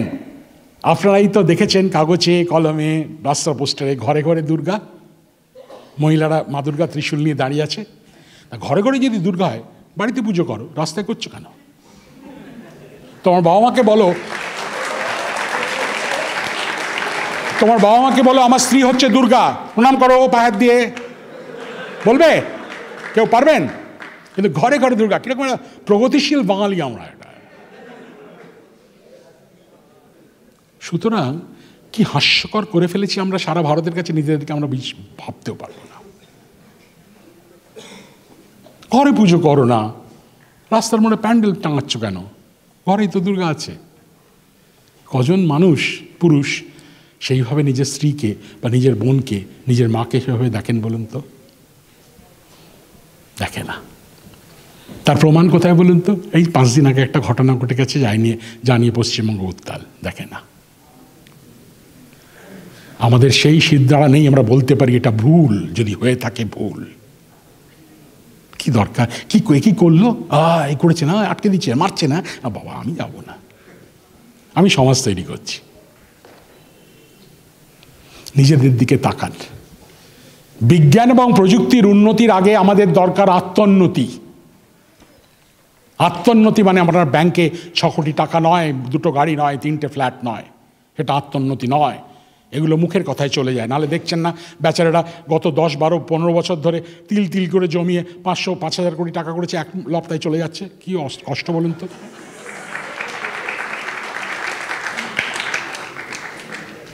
আমার কথা নাই, আমি বলছি না, কাগজে পড়ি, আমিও আপনাদের মতো কাগজ পড়ি বলে বলছি, আমাকে দোষ দেবেন না, কিন্তু আমি কিচ্ছু বলিনি। রাইট, যাই হোক, অভূতপূর্ব ছবি পাঠিয়েছে মঙ্গলযান। নাসা $11 লক্ষ দিয়ে ভারতের কাছ থেকে 110টা ছবি কিনেছে। কেন জানেন? আমি নাসার অ্যাসোসিয়েট, তো প্রতি বছর ওই নাসার ক্রিসমাস লেকচার হয়, ওটা ওদের প্রধান লেকচার, যিনি ডিরেক্টর তিনি দেন। আমার নিজের কানে শোনা, নাসার ডিরেক্টর বলছেন, প্যাসাডিনা ক্যালিফোর্নিয়াতে হয়, লাস্ট 3-4 বছর যায়নি, অনলাইনে শুনেছি, প্যান্ডেমিকের পর যাওয়া হয়নি।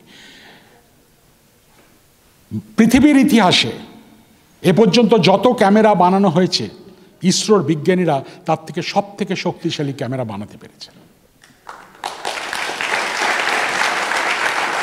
আপনারা যখন মোবাইলে ছবি তোলেন, কত দূরের বস্তুকে স্পষ্ট দেখতে, মানে ছবি ওঠে 500 মিটার, তাও হয় না, 100-200 মিটারের পর হয়।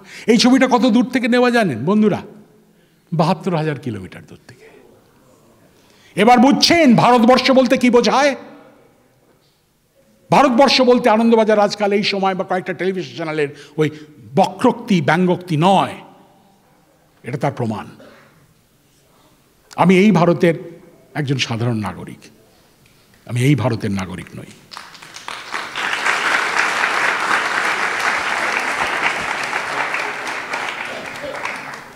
একের পর এক মহাকাশযান 10 বছরে করবে। চন্দ্রযান 3, আদিত্য L1 গগনযান হয়ে গেছে, আর অন্যগুলো হবে। চন্দ্রযান 3-এর সাফল্য আপনারা সবাই জানেন। প্রথম আবার ইতিহাস সৃষ্টি করলো চাঁদের দক্ষিণ মেরু অঞ্চলে প্রথম অবতরণ করাতে পারলো ভারত। আর এই ছবিটা তো তুলনাবিহীন। 3,84,000 কিলোমিটার দূরে একটা ছোট্ট 1.5 ফুট বাই 1.5 ফুটের যন্ত্রকে বলা হয়েছে তোমার অবতরণকারী যান বিক্রমের ছবি তোলো, পৃথিবীতে পাঠিয়েছে। কত হাই রেজলিউশন ছবি বুঝতে পারছেন? কোনো দেশ পারেনি। ইউটিউবে গিয়ে দেখুন, সব দেশে দেখবেন কাপা কাপা কাপা কাপা কাপা কিচকিচ কিচকিচ, ভারত পেরেছে। একটু গর্ব অনুভব করুন, ওই ভারতবর্ষটার জন্য গর্ব অনুভব করুন। আর আপনাদের নৈঃশব্দ ইনডিফারেন্স আমাদের এই ছোট্ট গণ্ডির ভারতবর্ষকে কোথায় নিয়ে গেছে সেটা নিয়ে ভাবুন। আপনারা কি জানেন ইসরোতে এই সারা ভারতবর্ষে 22টা সংস্থা আছে স্বশাসিত, মানে প্রেসিডেন্টও রেকমেন্ডেশন পাঠালে নেবে না, যেখানে রিসার্চ হয় অ্যাস্ট্রোনমি অ্যাস্ট্রোফিজিক্সে। 35% গবেষণাকারী বাঙালি ছেলে মেয়ে, অথচ পশ্চিমবঙ্গে কিচ্ছু নেই, কিচ্ছু নেই। তারা বাইরে গিয়ে এই কিছুদিন আগে হলো না, এই কোন যেন এই তো মঙ্গলযান এইটাতে চাঁদের এটাতে 8 জন বাঙালি বিজ্ঞানী, মানে হাসি ধরে না সবার। কাগজে বেরিয়ে গেল, টিভিতে, গ্রামের বাড়িতে চলে গিয়ে এইজন। আমি একটাই কথা বলেছিলাম, আমার টিভিতেই এবিপি আনন্দতেই বলেছিলাম। ওরা বলে স্যার এটা বললেন কেন? আমি বললাম বলবো না কেন, মিথ্যে বলেছি? বিজ্ঞানের কোনো রাজ্য আছে যেটা পশ্চিমবঙ্গের বিজ্ঞান, ওটা উত্তরপ্রদেশের বিজ্ঞান, এটা বিহারের বিজ্ঞান। এবং খেয়াল করে দেখবেন আজকে বাড়ি গিয়ে ওই 7 জনই higher education outside West Bengal. আর আমরা বাঙালি বিজ্ঞানী না, কি মানে বাঙালির গায়ের কাঁটা দিচ্ছে।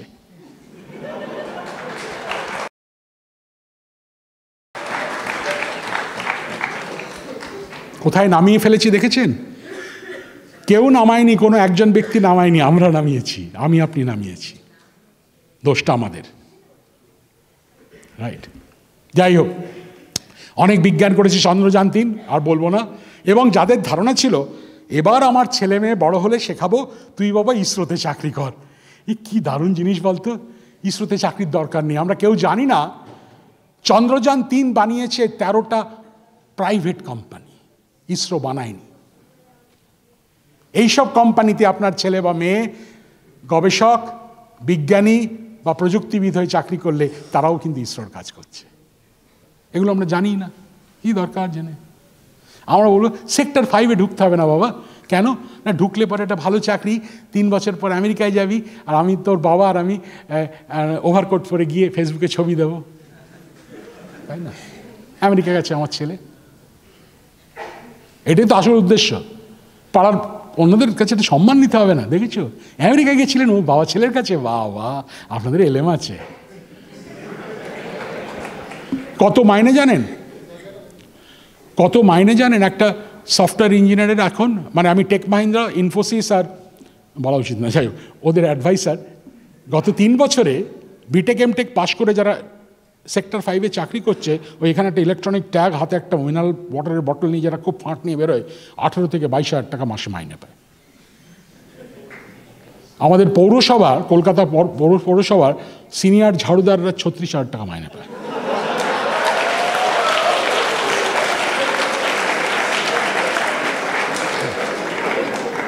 আইটি করছে আমার ছেলে, কি বলবো বলুন, রাইট? এই সত্যটাকে সত্য বলে জানবো কবে? আপনাদের তো জানতে হবে, তবেই তো আপনারা আপনাদের ছানাপোনাদের জানাতে পারবেন। আপনারাই জানেন না, তাই না? বলছিলাম এখানকার কয়েকজন উদ্যোক্তাদের সঙ্গে যে কি রং কনসেপশনে আমরা যে চলছি পশ্চিমবঙ্গে, আমরা ভাবতে পারবেন না, রাইট? একটা কিছু হোক, এই কোম্পানি আবার সেক্টর 5-এ বিরাট একটা অফিস খুলছে, এই দেখেছ কি উন্নতি করেছি। দূর বেটা, 18 থেকে 22,000 টাকা মাইনে দেয়, তাই না? সেই জন্য বলছি জেগে উঠুন। মানে আমি খুব অপছন্দ করি একটি ধর্মীয় সম্প্রদায়, ভীষণ অপছন্দ করি, কারণ আছে। সে একবার লিখেছিল, বাঙালি জেগে ওঠো, পরের দিন রাত্রে দেখে কেন অসভ্য ছেলে লিখে দিয়েছে, কাঁচা ঘুম ভাঙিও না। হ্যাঁ, তা অবস্থাটা ঠিক সেরকম, কাঁচা ঘুম ভাঙিও না। যাই হোক, আদিত্য L1 2রা সেপ্টেম্বর গেছিল, এখন সফলভাবে পৃথিবী থেকে 15 লক্ষ কিলোমিটার দূরে অবস্থান করে এরকম করে ঘুরতে ঘুরতে সূর্যকে ঘুরে দেখে চলেছে। তার আগে তারপর জানি জানাই, 1 জানুয়ারি আপনারা কেউ খেয়াল করেন এক্সপোস্যাট পাঠানো হয়েছে, যেটি মহাবিশ্বের দূরতম বিন্দুকে, অদ্ভুত অদ্ভুত সব বস্তুকে দেখে আমাদেরকে অনেক কিছু নতুন জানাবে। আর গগনযান, এখানেও মহিলার ছবি, কেন জানেন তো? এই মহিলাটি একটি রোবট না, হিউম্যানয়েড।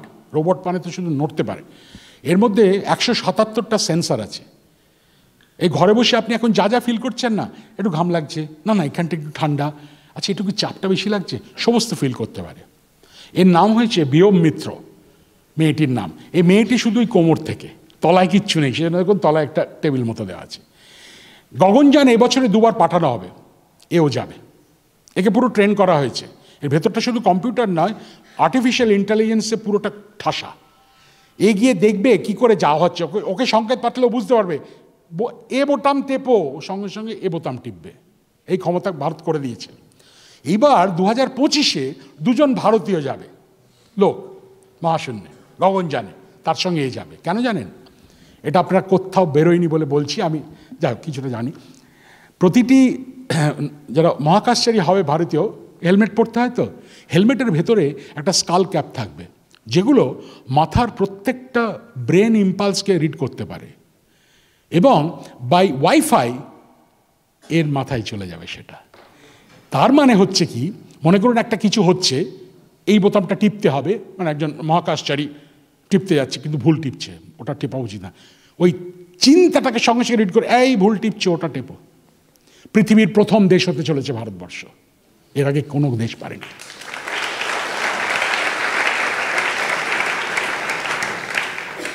এই হচ্ছে আমাদের মহাজাগতিক চেতনা। এর মধ্যে আধ্যাত্মবাদ আছে কিনা আপনারা বুঝেন, রাইট? আমরা কজন জানি যে 12,000 কোটি টাকা দিয়ে একটি উপগ্রহ পাঠানো হচ্ছে মে জুন মাসে। এই উপগ্রহটির নাম NISAR, NASA ISRO synthetic aperture radar. এত শক্তিশালী উপগ্রহ পৃথিবীর ইতিহাসে মানব সভ্যতা কোনোদিন পাঠানো হয়নি। 12,000 কোটি টাকা। আজ থেকে প্রায় 9 বছর আগে নাসা এসে ভারতকে বলেছিল, এই তোমাদের সঙ্গে সহযোগিতা করে পাঠাবো। ভারত বলছে খরচ কত? মানে 12,000 কোটি। বলে দৌড়, আমার তো টাকাই নেই। কিসে রাজি হয়েছে জানেন নাসা? 90% টাকা আমেরিকা দেবে, 10% ভারতীয় দেবে, কিন্তু কোলাবোরেশন হবে ইকুয়াল টার্মসে। কেন জানেন? আজকে জেনে যান, বাচ্চারা, ছোটরা তোমরা জেনে যাও। নাসার ডিরেক্টরের মুখের কথা থেকে বলছি, 60 বছরের ইতিহাসে নাসা যতগুলি উৎক্ষেপণ করেছে উপগ্রহ, সফলভাবে তাদের সঠিক কক্ষপথে স্থাপন করতে পেরেছে নাসার ডিরেক্টর অনুযায়ী 76%।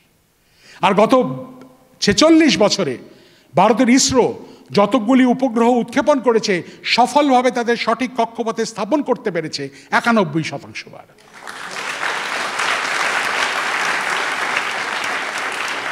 আমরা জানি না বলেই এই গণেশ পুজো আর গণেশের সুর আর অমুক আর মহাভারতে ICBM ইন্টারকন্টিনেন্টাল ব্যালিস্টিক মিসাইলের গল্প ফেঁদে নিজেদের মধ্যে ট্রেনের কামরায় চায়ের টেবিলে বসে কি করছে দেখছো করি। যাই হোক, ভারত এগিয়ে চলেছে, এবং কিন্তু মেয়ের ছবি দিয়েছি কেন, মেয়েরাই এগিয়ে চলেছে। হ্যাঁ, আমার বিশ্বাস এটা। আজকে তো আমি শুধু বক্তৃতা দিচ্ছি জ্যোতির্বিজ্ঞানে না, আপনাদের সঙ্গে গল্প করছি, আর বেশিক্ষণ নয়। আমার বিশ্বাস যে কোনো সমাজের ধারিকা শক্তি হচ্ছে নারী। সমাজকে ধরে রাখে নারীরা, এটা আমার বিশ্বাস। যার জন্য আমাদের কালচারে এখনো পুজো টুজো করতে গেলে দেবীর কথাটাই বেশি ওঠে। কালী পুজো, সরস্বতী পুজো, লক্ষ্মী পুজো, দুর্গা পুজো, সবাই নারী। এসব পুজো টুজো করে ইয়াং ছেলেদের বলি, এবার তোমরা না, তোমাদের বয়সী, পুজো টুজো করে পাড়ার মোড়ে 5 জন দাঁড়িয়ে পাশের বাড়ির মেয়েটা যাচ্ছে সিটি মারতে ভুল করি না।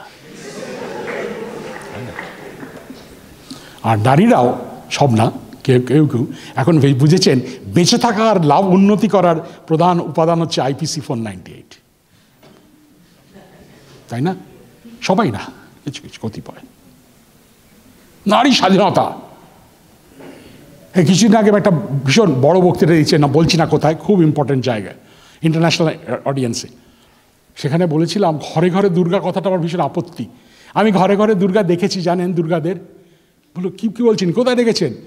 26শে জানুয়ারি রাজপথে কর্তব্য পথে খোলা তলোয়ার নিয়ে যখন স্যালুট কমান্ডার দিচ্ছিল, দে আর দ্য দুর্গা।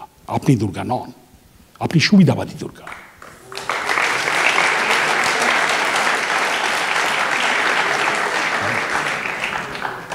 সুতরাং সত্যিকারের ওই যে বলেন ইস্পাত, ইস্পাত হতে শুরু করো তোমরা। আমাদের সময় পেরিয়ে, আমার তো গেছেই, আমি তো কাল অব্দি বেঁচে আছি হয়তো, এখানেও যারা আছেন বেশি দিন নেই, মানে বেশি দিন আছে তাও সরি।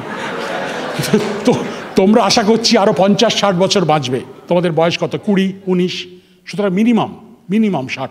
আরও তো এক্সপেক্টেন্সি এখন 84-85 অ্যাভারেজ এক্সপেক্টেন্সি ভারতীয়দের, সুতরাং বাঁচবে। তোমাদের জন্য বলছি, ভেতরটাকে শক্ত করো, রাইট, সত্যতা দিয়ে শক্ত করো। শনি গ্রহ 90,000 কিলোমিটার চওড়া বলয়টি, মানে পৃথিবীর তুলনায় কত বড় দেখুন, আর তৈরি বরফের কুচি আর নুড়ি পাথর দিয়ে। আবার একটু আপনাদের সঙ্গে ঠাট্টা করছি, গালাগালি দিচ্ছি না, মানে একটু এটা সেলফ ডিক্লারেশন অলসো। মনে করুন কল্পনার চোখে আজকে রাতে যখন ওই সদ্য রান্না করা বিরিয়ানিটা খেয়ে ঘুমোতে গেছেন, মানে বাঙালির তো এখন জাতীয় খাবার বিরিয়ানি, আশ্চর্য, রাইট। কচুরি আর আলুর দম হচ্ছে আমার ঠাকুরদার আমলে খুব পপুলার ছিল, আমার আমলে বিরিয়ানি উইথ আলু।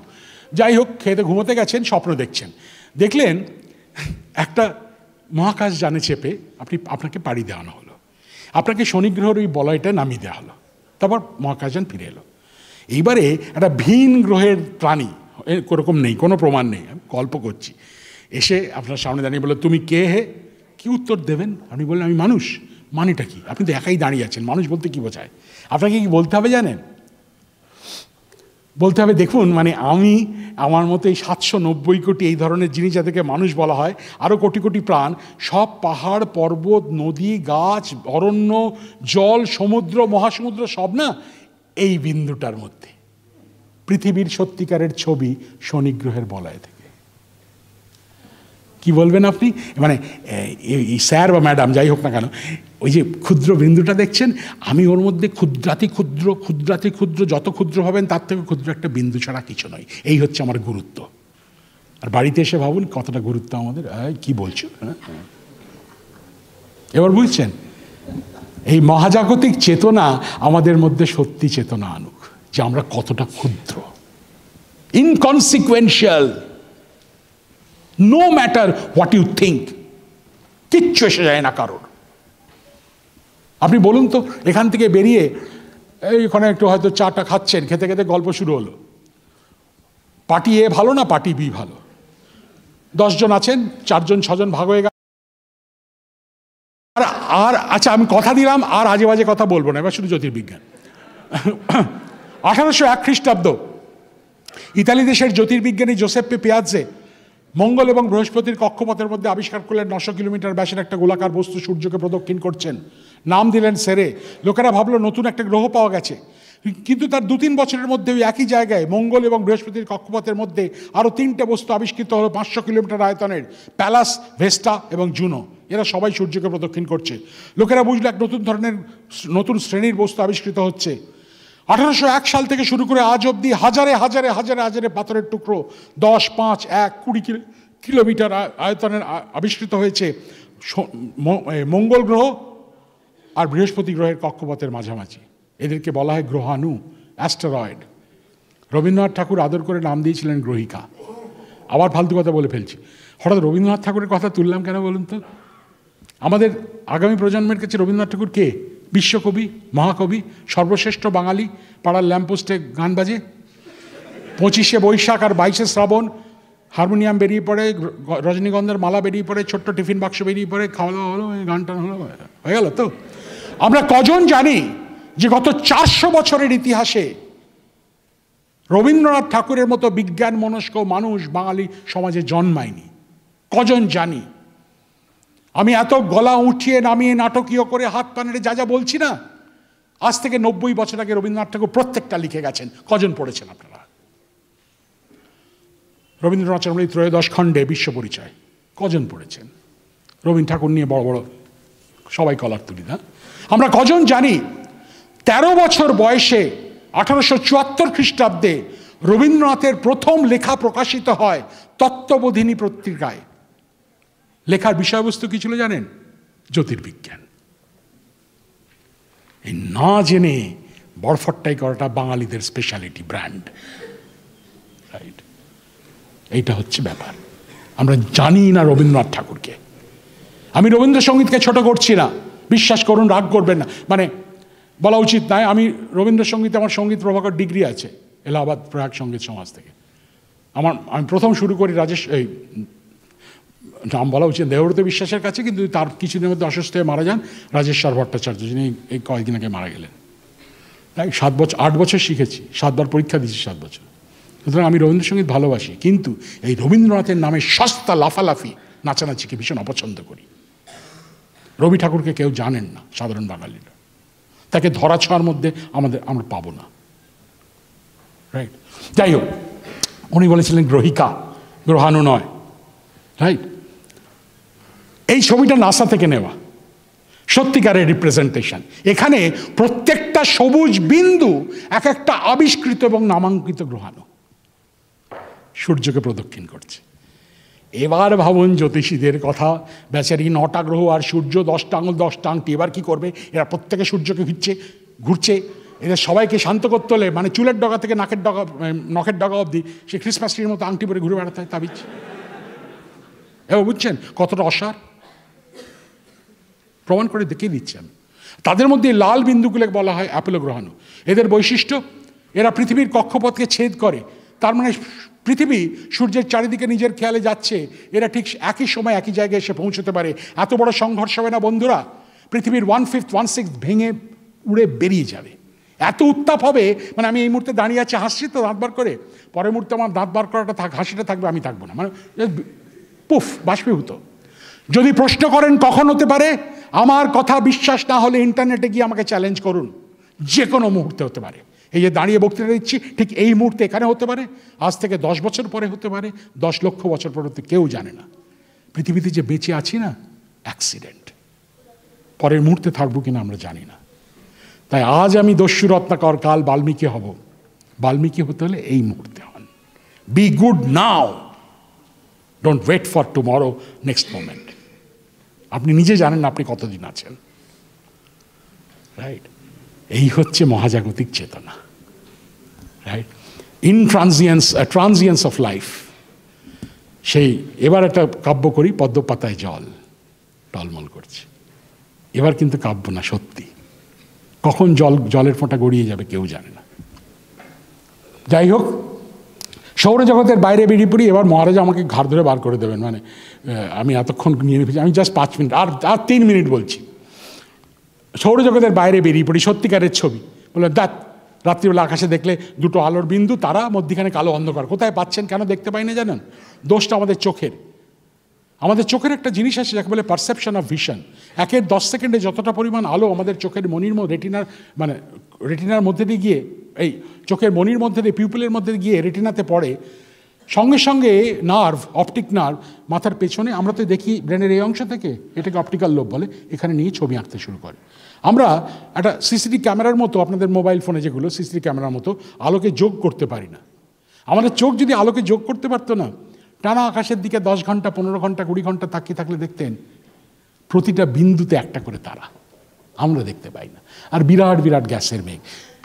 এইখানে প্রশ্ন করে, এগুলো ছেড়ে দিন, আমি ভেবেছিলাম এখানে টেকনিক্যাল লোকেদের, ছেলে মেয়েদের কথা বলবো, ছেড়ে দিন।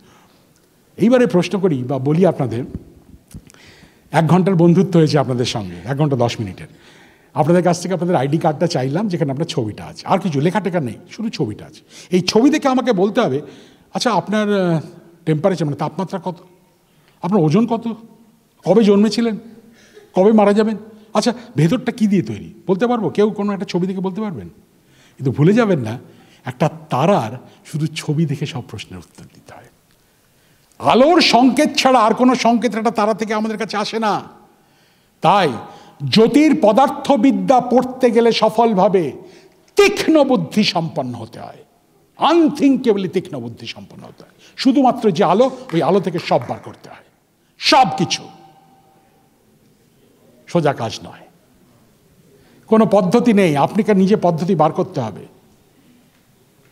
একজন গবেষকের বাঙালিরা অনেক সংখ্যায় আছে, এখানে কেউ নেই।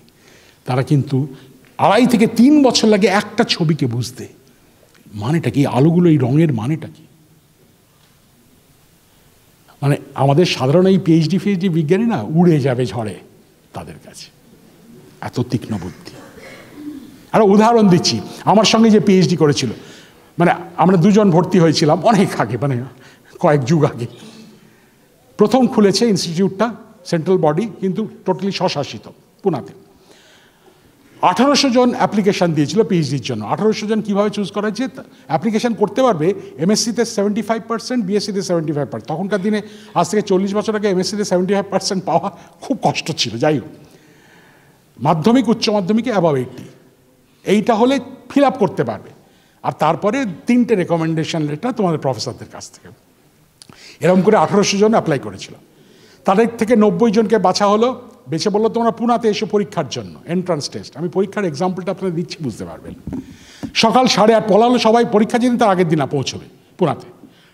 ট্রেনের টিকিট সব কিছু খরচা কিন্তু ওদের, আমার পকেট থেকে নয়, বাবার পকেট থেকে নয়। সকাল 8:30 থেকে রিটেন টেস্ট, 8:30 থেকে 10:30, 2 ঘন্টার রিটেন টেস্ট। 12:30টায় 2 ঘন্টার মধ্যে রেজাল্ট বেরোবে। 90 থেকে 27 জনকে বাছা হলো। বলা হলো 12:30টায় বেরিয়েছে, লাঞ্চটা করে নিয়ে 2টো থেকে ফার্স্ট ইন্টারভিউ, 2টো থেকে 5টা ফার্স্ট ইন্টারভিউ।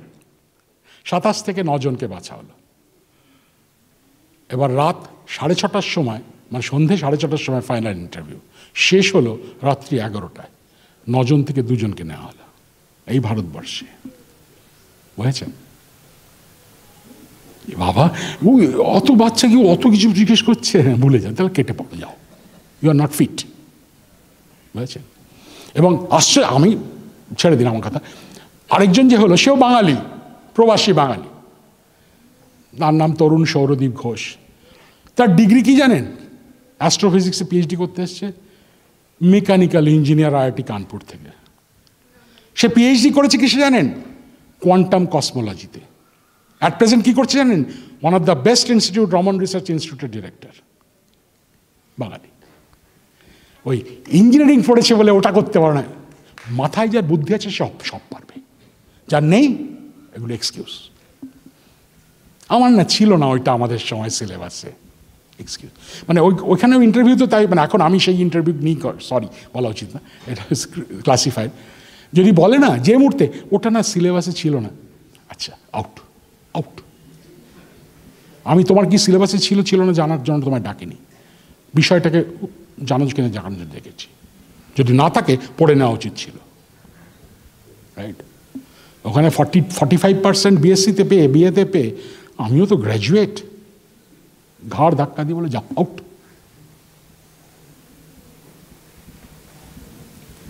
তোমাদের প্রত্যেকের মধ্যে সেই ক্ষমতা আছে, ইউজ ইউর ব্রেন পাওয়ার। করো না যেটা আমাদের শিক্ষা ব্যবস্থা করতে দেয় না, এখানে নয় অন্য জায়গায় দেখেছি মাস্টারমশাইরা করতে দেন না। ক্লাসে কি পড়াবো? আরে বাড়িতে আসবি তবেই তো হবে, 2000 টাকা মাসে না দিলে হয়? তাদেরকে বলছি আমি, দোষটা কাদের বুঝেছে? তোমাদের নয়, তোমাদের দিকে আঙুল তোলা হয়। দোষটা ওই মাস্টারমশাইদের যারা বলে বাড়িতে আসবি তবেই নোটটা পাবি। আর আমরা গরু গাধার মতো ছেলেদেরকে ক্লাস নার্সারি থেকেই পাঠাতে শুরু করেছি, ও কোচিংয়ে যা, কোচিংয়ে যা। আটকাতে পেরেছেন? মানে আমার খুব গর্ব, মানে আমার বাবা মা দুজনেই একাডেমিক লাইনের। বাবা এসিআরটি ডিরেক্টর ছিলেন, কলেজের প্রিন্সিপাল ছিলেন, মাও একটি কলেজে পড়াতেন। নার্সারি 2 থেকে এমএসসি অব্দি একজন গৃহশিক্ষক ছিল না, একটা কোচিংয়ে যায়নি, জিতে দেননি। খুব খারাপ লাগতো ছোটোবেলায়, সবাই যাচ্ছে 5টা করে টিচার, আমার না, তোকে তো বলিনি ফার্স্ট হতে হবে, তুই পাস কর। সেটা যে কত কাজে লাগে এখন বুঝতে পারি। সব পড়তে হতো, আমার তো কোনো সাজেশান নেই।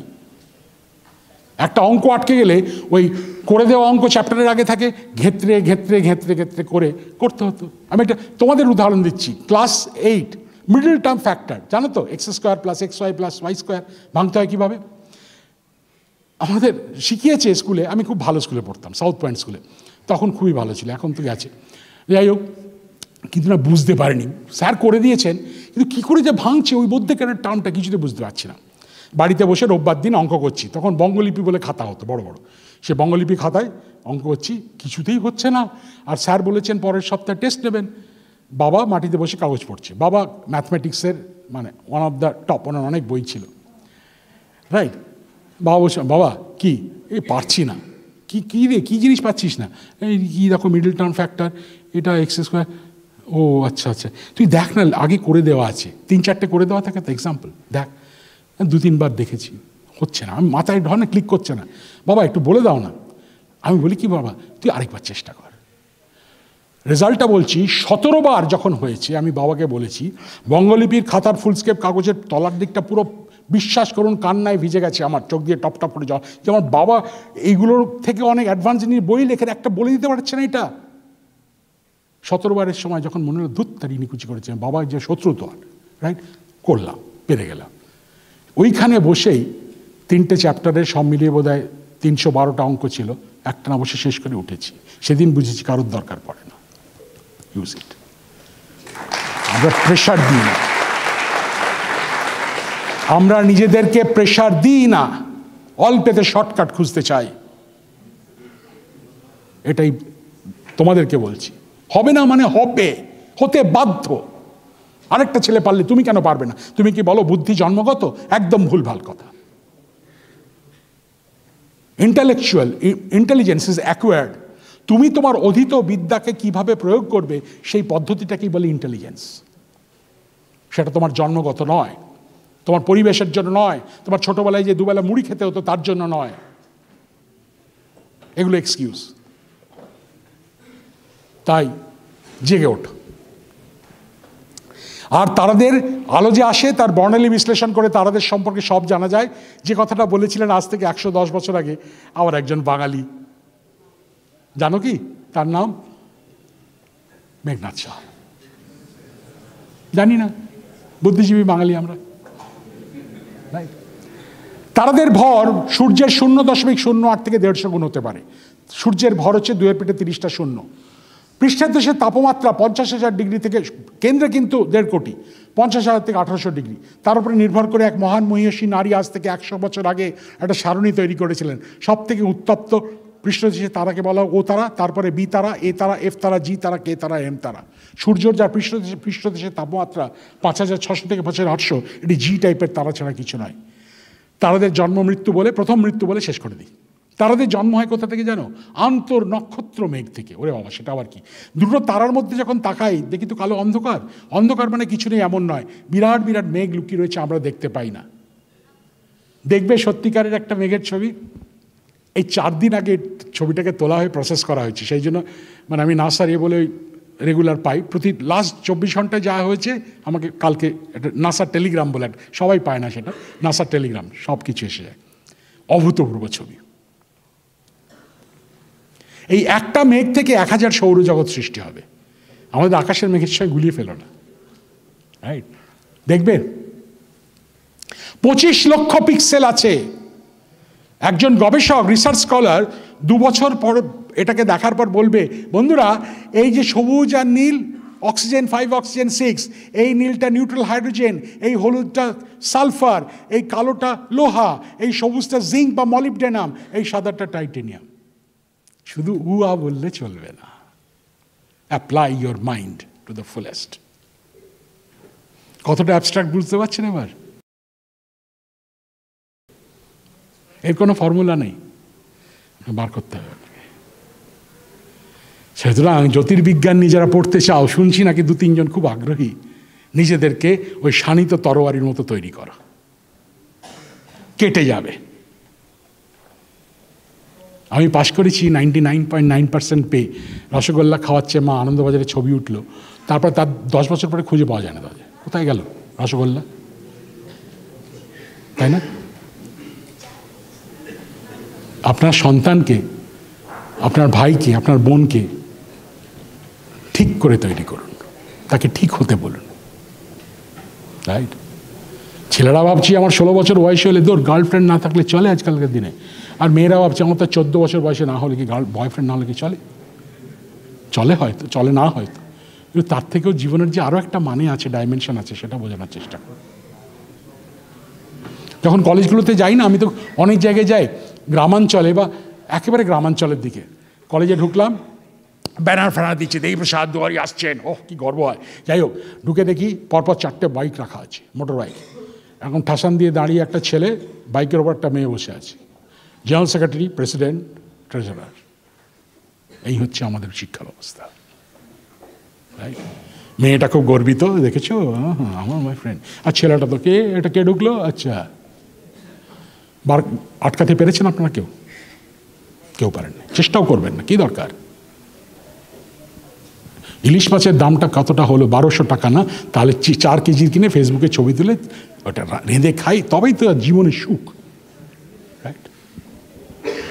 আর বলবেন না নিজেদের কথা, বা নিজেকেই আমি আয়না, আর বলবেন না নিজেদের কথা।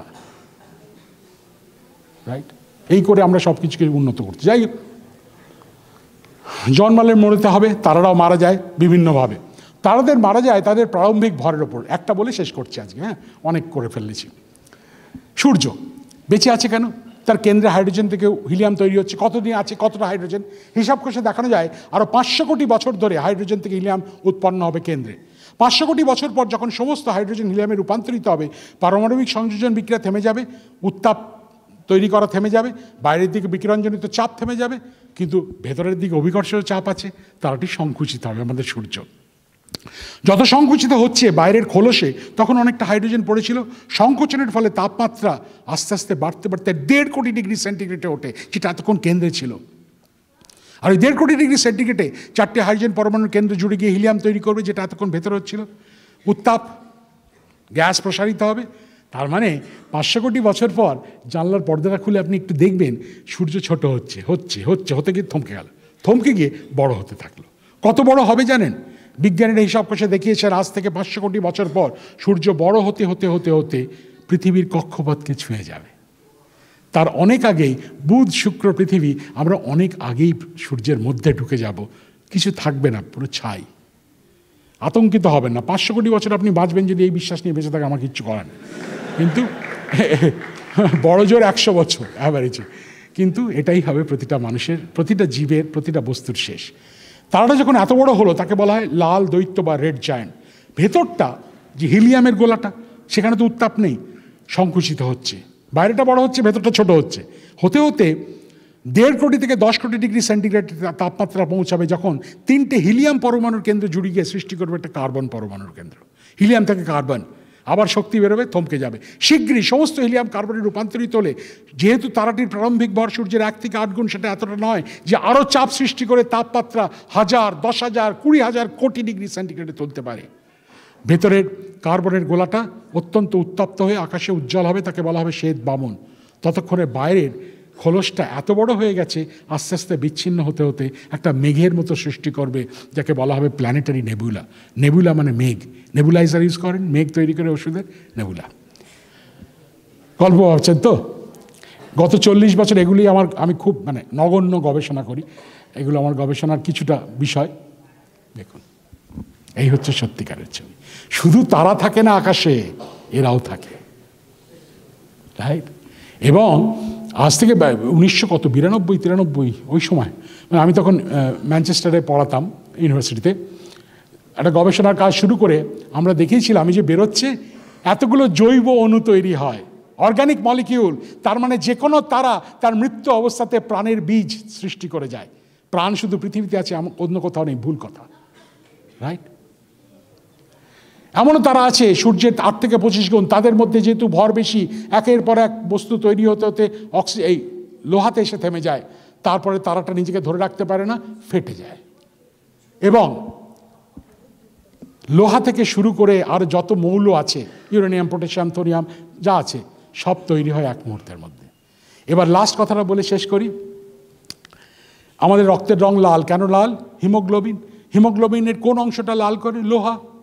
কেলগস কে কর্নফ্লেক্স খাই অ্যানিমিয়া হলে। চোখটা বন্ধ করে, মনের চোখটা বন্ধ করে ভাবুন, আমার শরীরের রক্তের ধমনীতে একটা লোহার একটা অণু হাঁটে যাচ্ছে, পায়ে যাচ্ছে, হাঁটে যাচ্ছে, মাথায় যাচ্ছে, 72 বার হাট ঘুরে ঘুরে বেড়াচ্ছে। কোথা থেকে ঢুকলো শরীরের ভেতরে? ভাবুন তো, জিজ্ঞেস করুন, কোত্থেকে এলো? খাবার থেকে। রাইট? আমি নিরামিষ খাই, গাছ খেয়েছি গাছ থেকে। আমি আমিষ খাই, ছাগল খেয়েছি, ছাগলটা গাছ খেয়েছি গাছ থেকে। গাছে এলো কোত্থেকে? মাটি থেকে। মাটিতে এলো কোত্থেকে? খনি থেকে। খনিতে এলো কোত্থেকে? তার কারণ মহাবিশ্বের সাধারণ তাপমাত্রা -240 ডিগ্রি সেন্টিগ্রেড। এবং আমাদের ব্রহ্মাণ্ড তত্ত্বের প্রধান যে বক্তব্য তা বলে আমাদের ব্রহ্মাণ্ড 1372 কোটি বছর আগে যখন শুরু হয়েছিল একটা বিন্দু সম জায়গা থেকে মাত্র হাইড্রোজেন আর হিলিয়াম তৈরি হয়েছিল। আজকে জেনে যান আপনার আমার শরীরের প্রতিটা রক্তের প্রতিটা আয়রন অ্যাটম, ক্যালসিয়াম, দাঁত হাড়, সোডিয়াম, পটাশিয়াম, জিঙ্ক যা দিয়ে আমার শরীর তৈরি, আপনার শরীর তৈরি, অ্যাটম বাই অ্যাটম একমাত্র সৃষ্টি হয়েছিল কোটি কোটি বছর আগে একটা তারার অভ্যন্তরে, আর কোনোভাবে ব্রহ্মাণ্ডে তৈরি হতে পারে না। তাই আমি, আপনি, কুকুর, বেড়াল, শেয়াল সবাই না তারাদের সন্তান।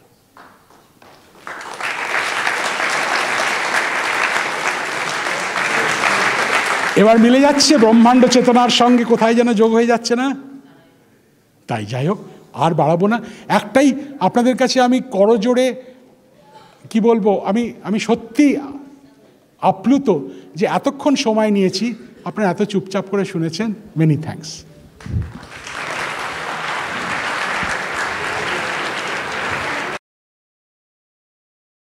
রামকৃষ্ণ মিশন বিদ্যা মন্দির পরিবারের পক্ষ থেকে আজকের বক্তা, তার পরিচয় আগেই দেয়া হয়েছে, কিন্তু একটা খুব প্রাচীন প্রবাদ মনে পড়ছে আমার।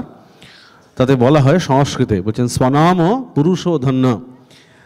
দেবীবাবু কিন্তু আমাদের এই বিদ্যা মন্দির পরিবারে আজকে প্রথম নয়, তা আগেও তার বক্তৃতা, তার এই বক্তব্য, অসাধারণ উপস্থাপনা আমাদের বিদ্যা মন্দির পরিবারের ছাত্ররা এবং পরিবারের যারা অন্যান্য সদস্য তারা ভীষণভাবে উপভোগ করেছে। আমরা সবাই আজকের যে অনবদ্য তার পরিবেশনা আবার একবার আপ্লুত।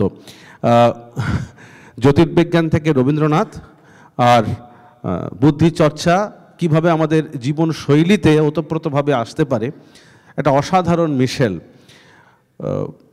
শুধু ধন্যবাদ বললে তাকে যথেষ্ট বলা হবে না। তবু বিদ্যা মন্দির পরিবারের সকলের পক্ষ থেকে আপনারা আজকে উপস্থিত হয়েছেন, আমাদের সবার পক্ষ থেকে আমি ওনাকে আরেকবার আন্তরিক সাধুবাদ জানাচ্ছি, কৃতজ্ঞতা জানাচ্ছি। এবং রবি ঠাকুরের সেই কথা, শেষ হয়ে হইল না শেষ, ছোট গল্পের ডেফিনেশন দিতে গিয়ে রবি ঠাকুর বলেছিলেন, তারও একটা লেখা, ওই মধুর তোমার শেষ যে না পাই। তো শেষ হয়ে হইল না শেষ। আজকে আমরা শুনলাম মন্ত্রমুগ্ধের মতো, কিন্তু আরও যেন অনেক কিছু বাকি থেকে গেল। তাই আজকের অনুষ্ঠান এই উপস্থাপনা শেষের আগে আমি আরেকবার আশা রাখছি, আবেদন জানিয়ে রাখছি, আবার অন্য কোনো পরিসরে যত দ্রুত সম্ভব ওনাকে আমাদের মধ্যে পাওয়ার। আপনাদের সকলকে, যারা যারা আজকে এসেছিলেন আমাদের এই সেমিনারে রেজিস্টার্ড, প্রত্যেককে আন্তরিক ধন্যবাদ এবং কৃতজ্ঞতা জানাচ্ছি। বিশেষ করে ধন্যবাদ আমাদের যারা ছাত্র, তাদেরকেও। এবং সত্যি সত্যি এটা তোমাদের কাছে একটা খুব, আমি শব্দটা বলছি এক্সপোজার। আমাদের ছাত্ররা ভীষণভাবে, এবং আমরা প্রত্যেকেই, আমাদের শিক্ষক যারা, অশিক্ষক কর্মী যারা ছিল, সকলকে আবারও ধন্যবাদ। বিশেষ করে আমাদের যারা স্টেজ, মাইক এবং সাউন্ড এতক্ষণ ধরে কন্ট্রোল করেছে, আমাদের ভলেন্টিয়াররা, প্রত্যেককে ধন্যবাদ জানিয়ে এবং দেবীবাবুকে কৃতজ্ঞতা জানিয়ে আজকের আমাদের এই অনুষ্ঠান এখানে শেষ করছি। নমস্কার।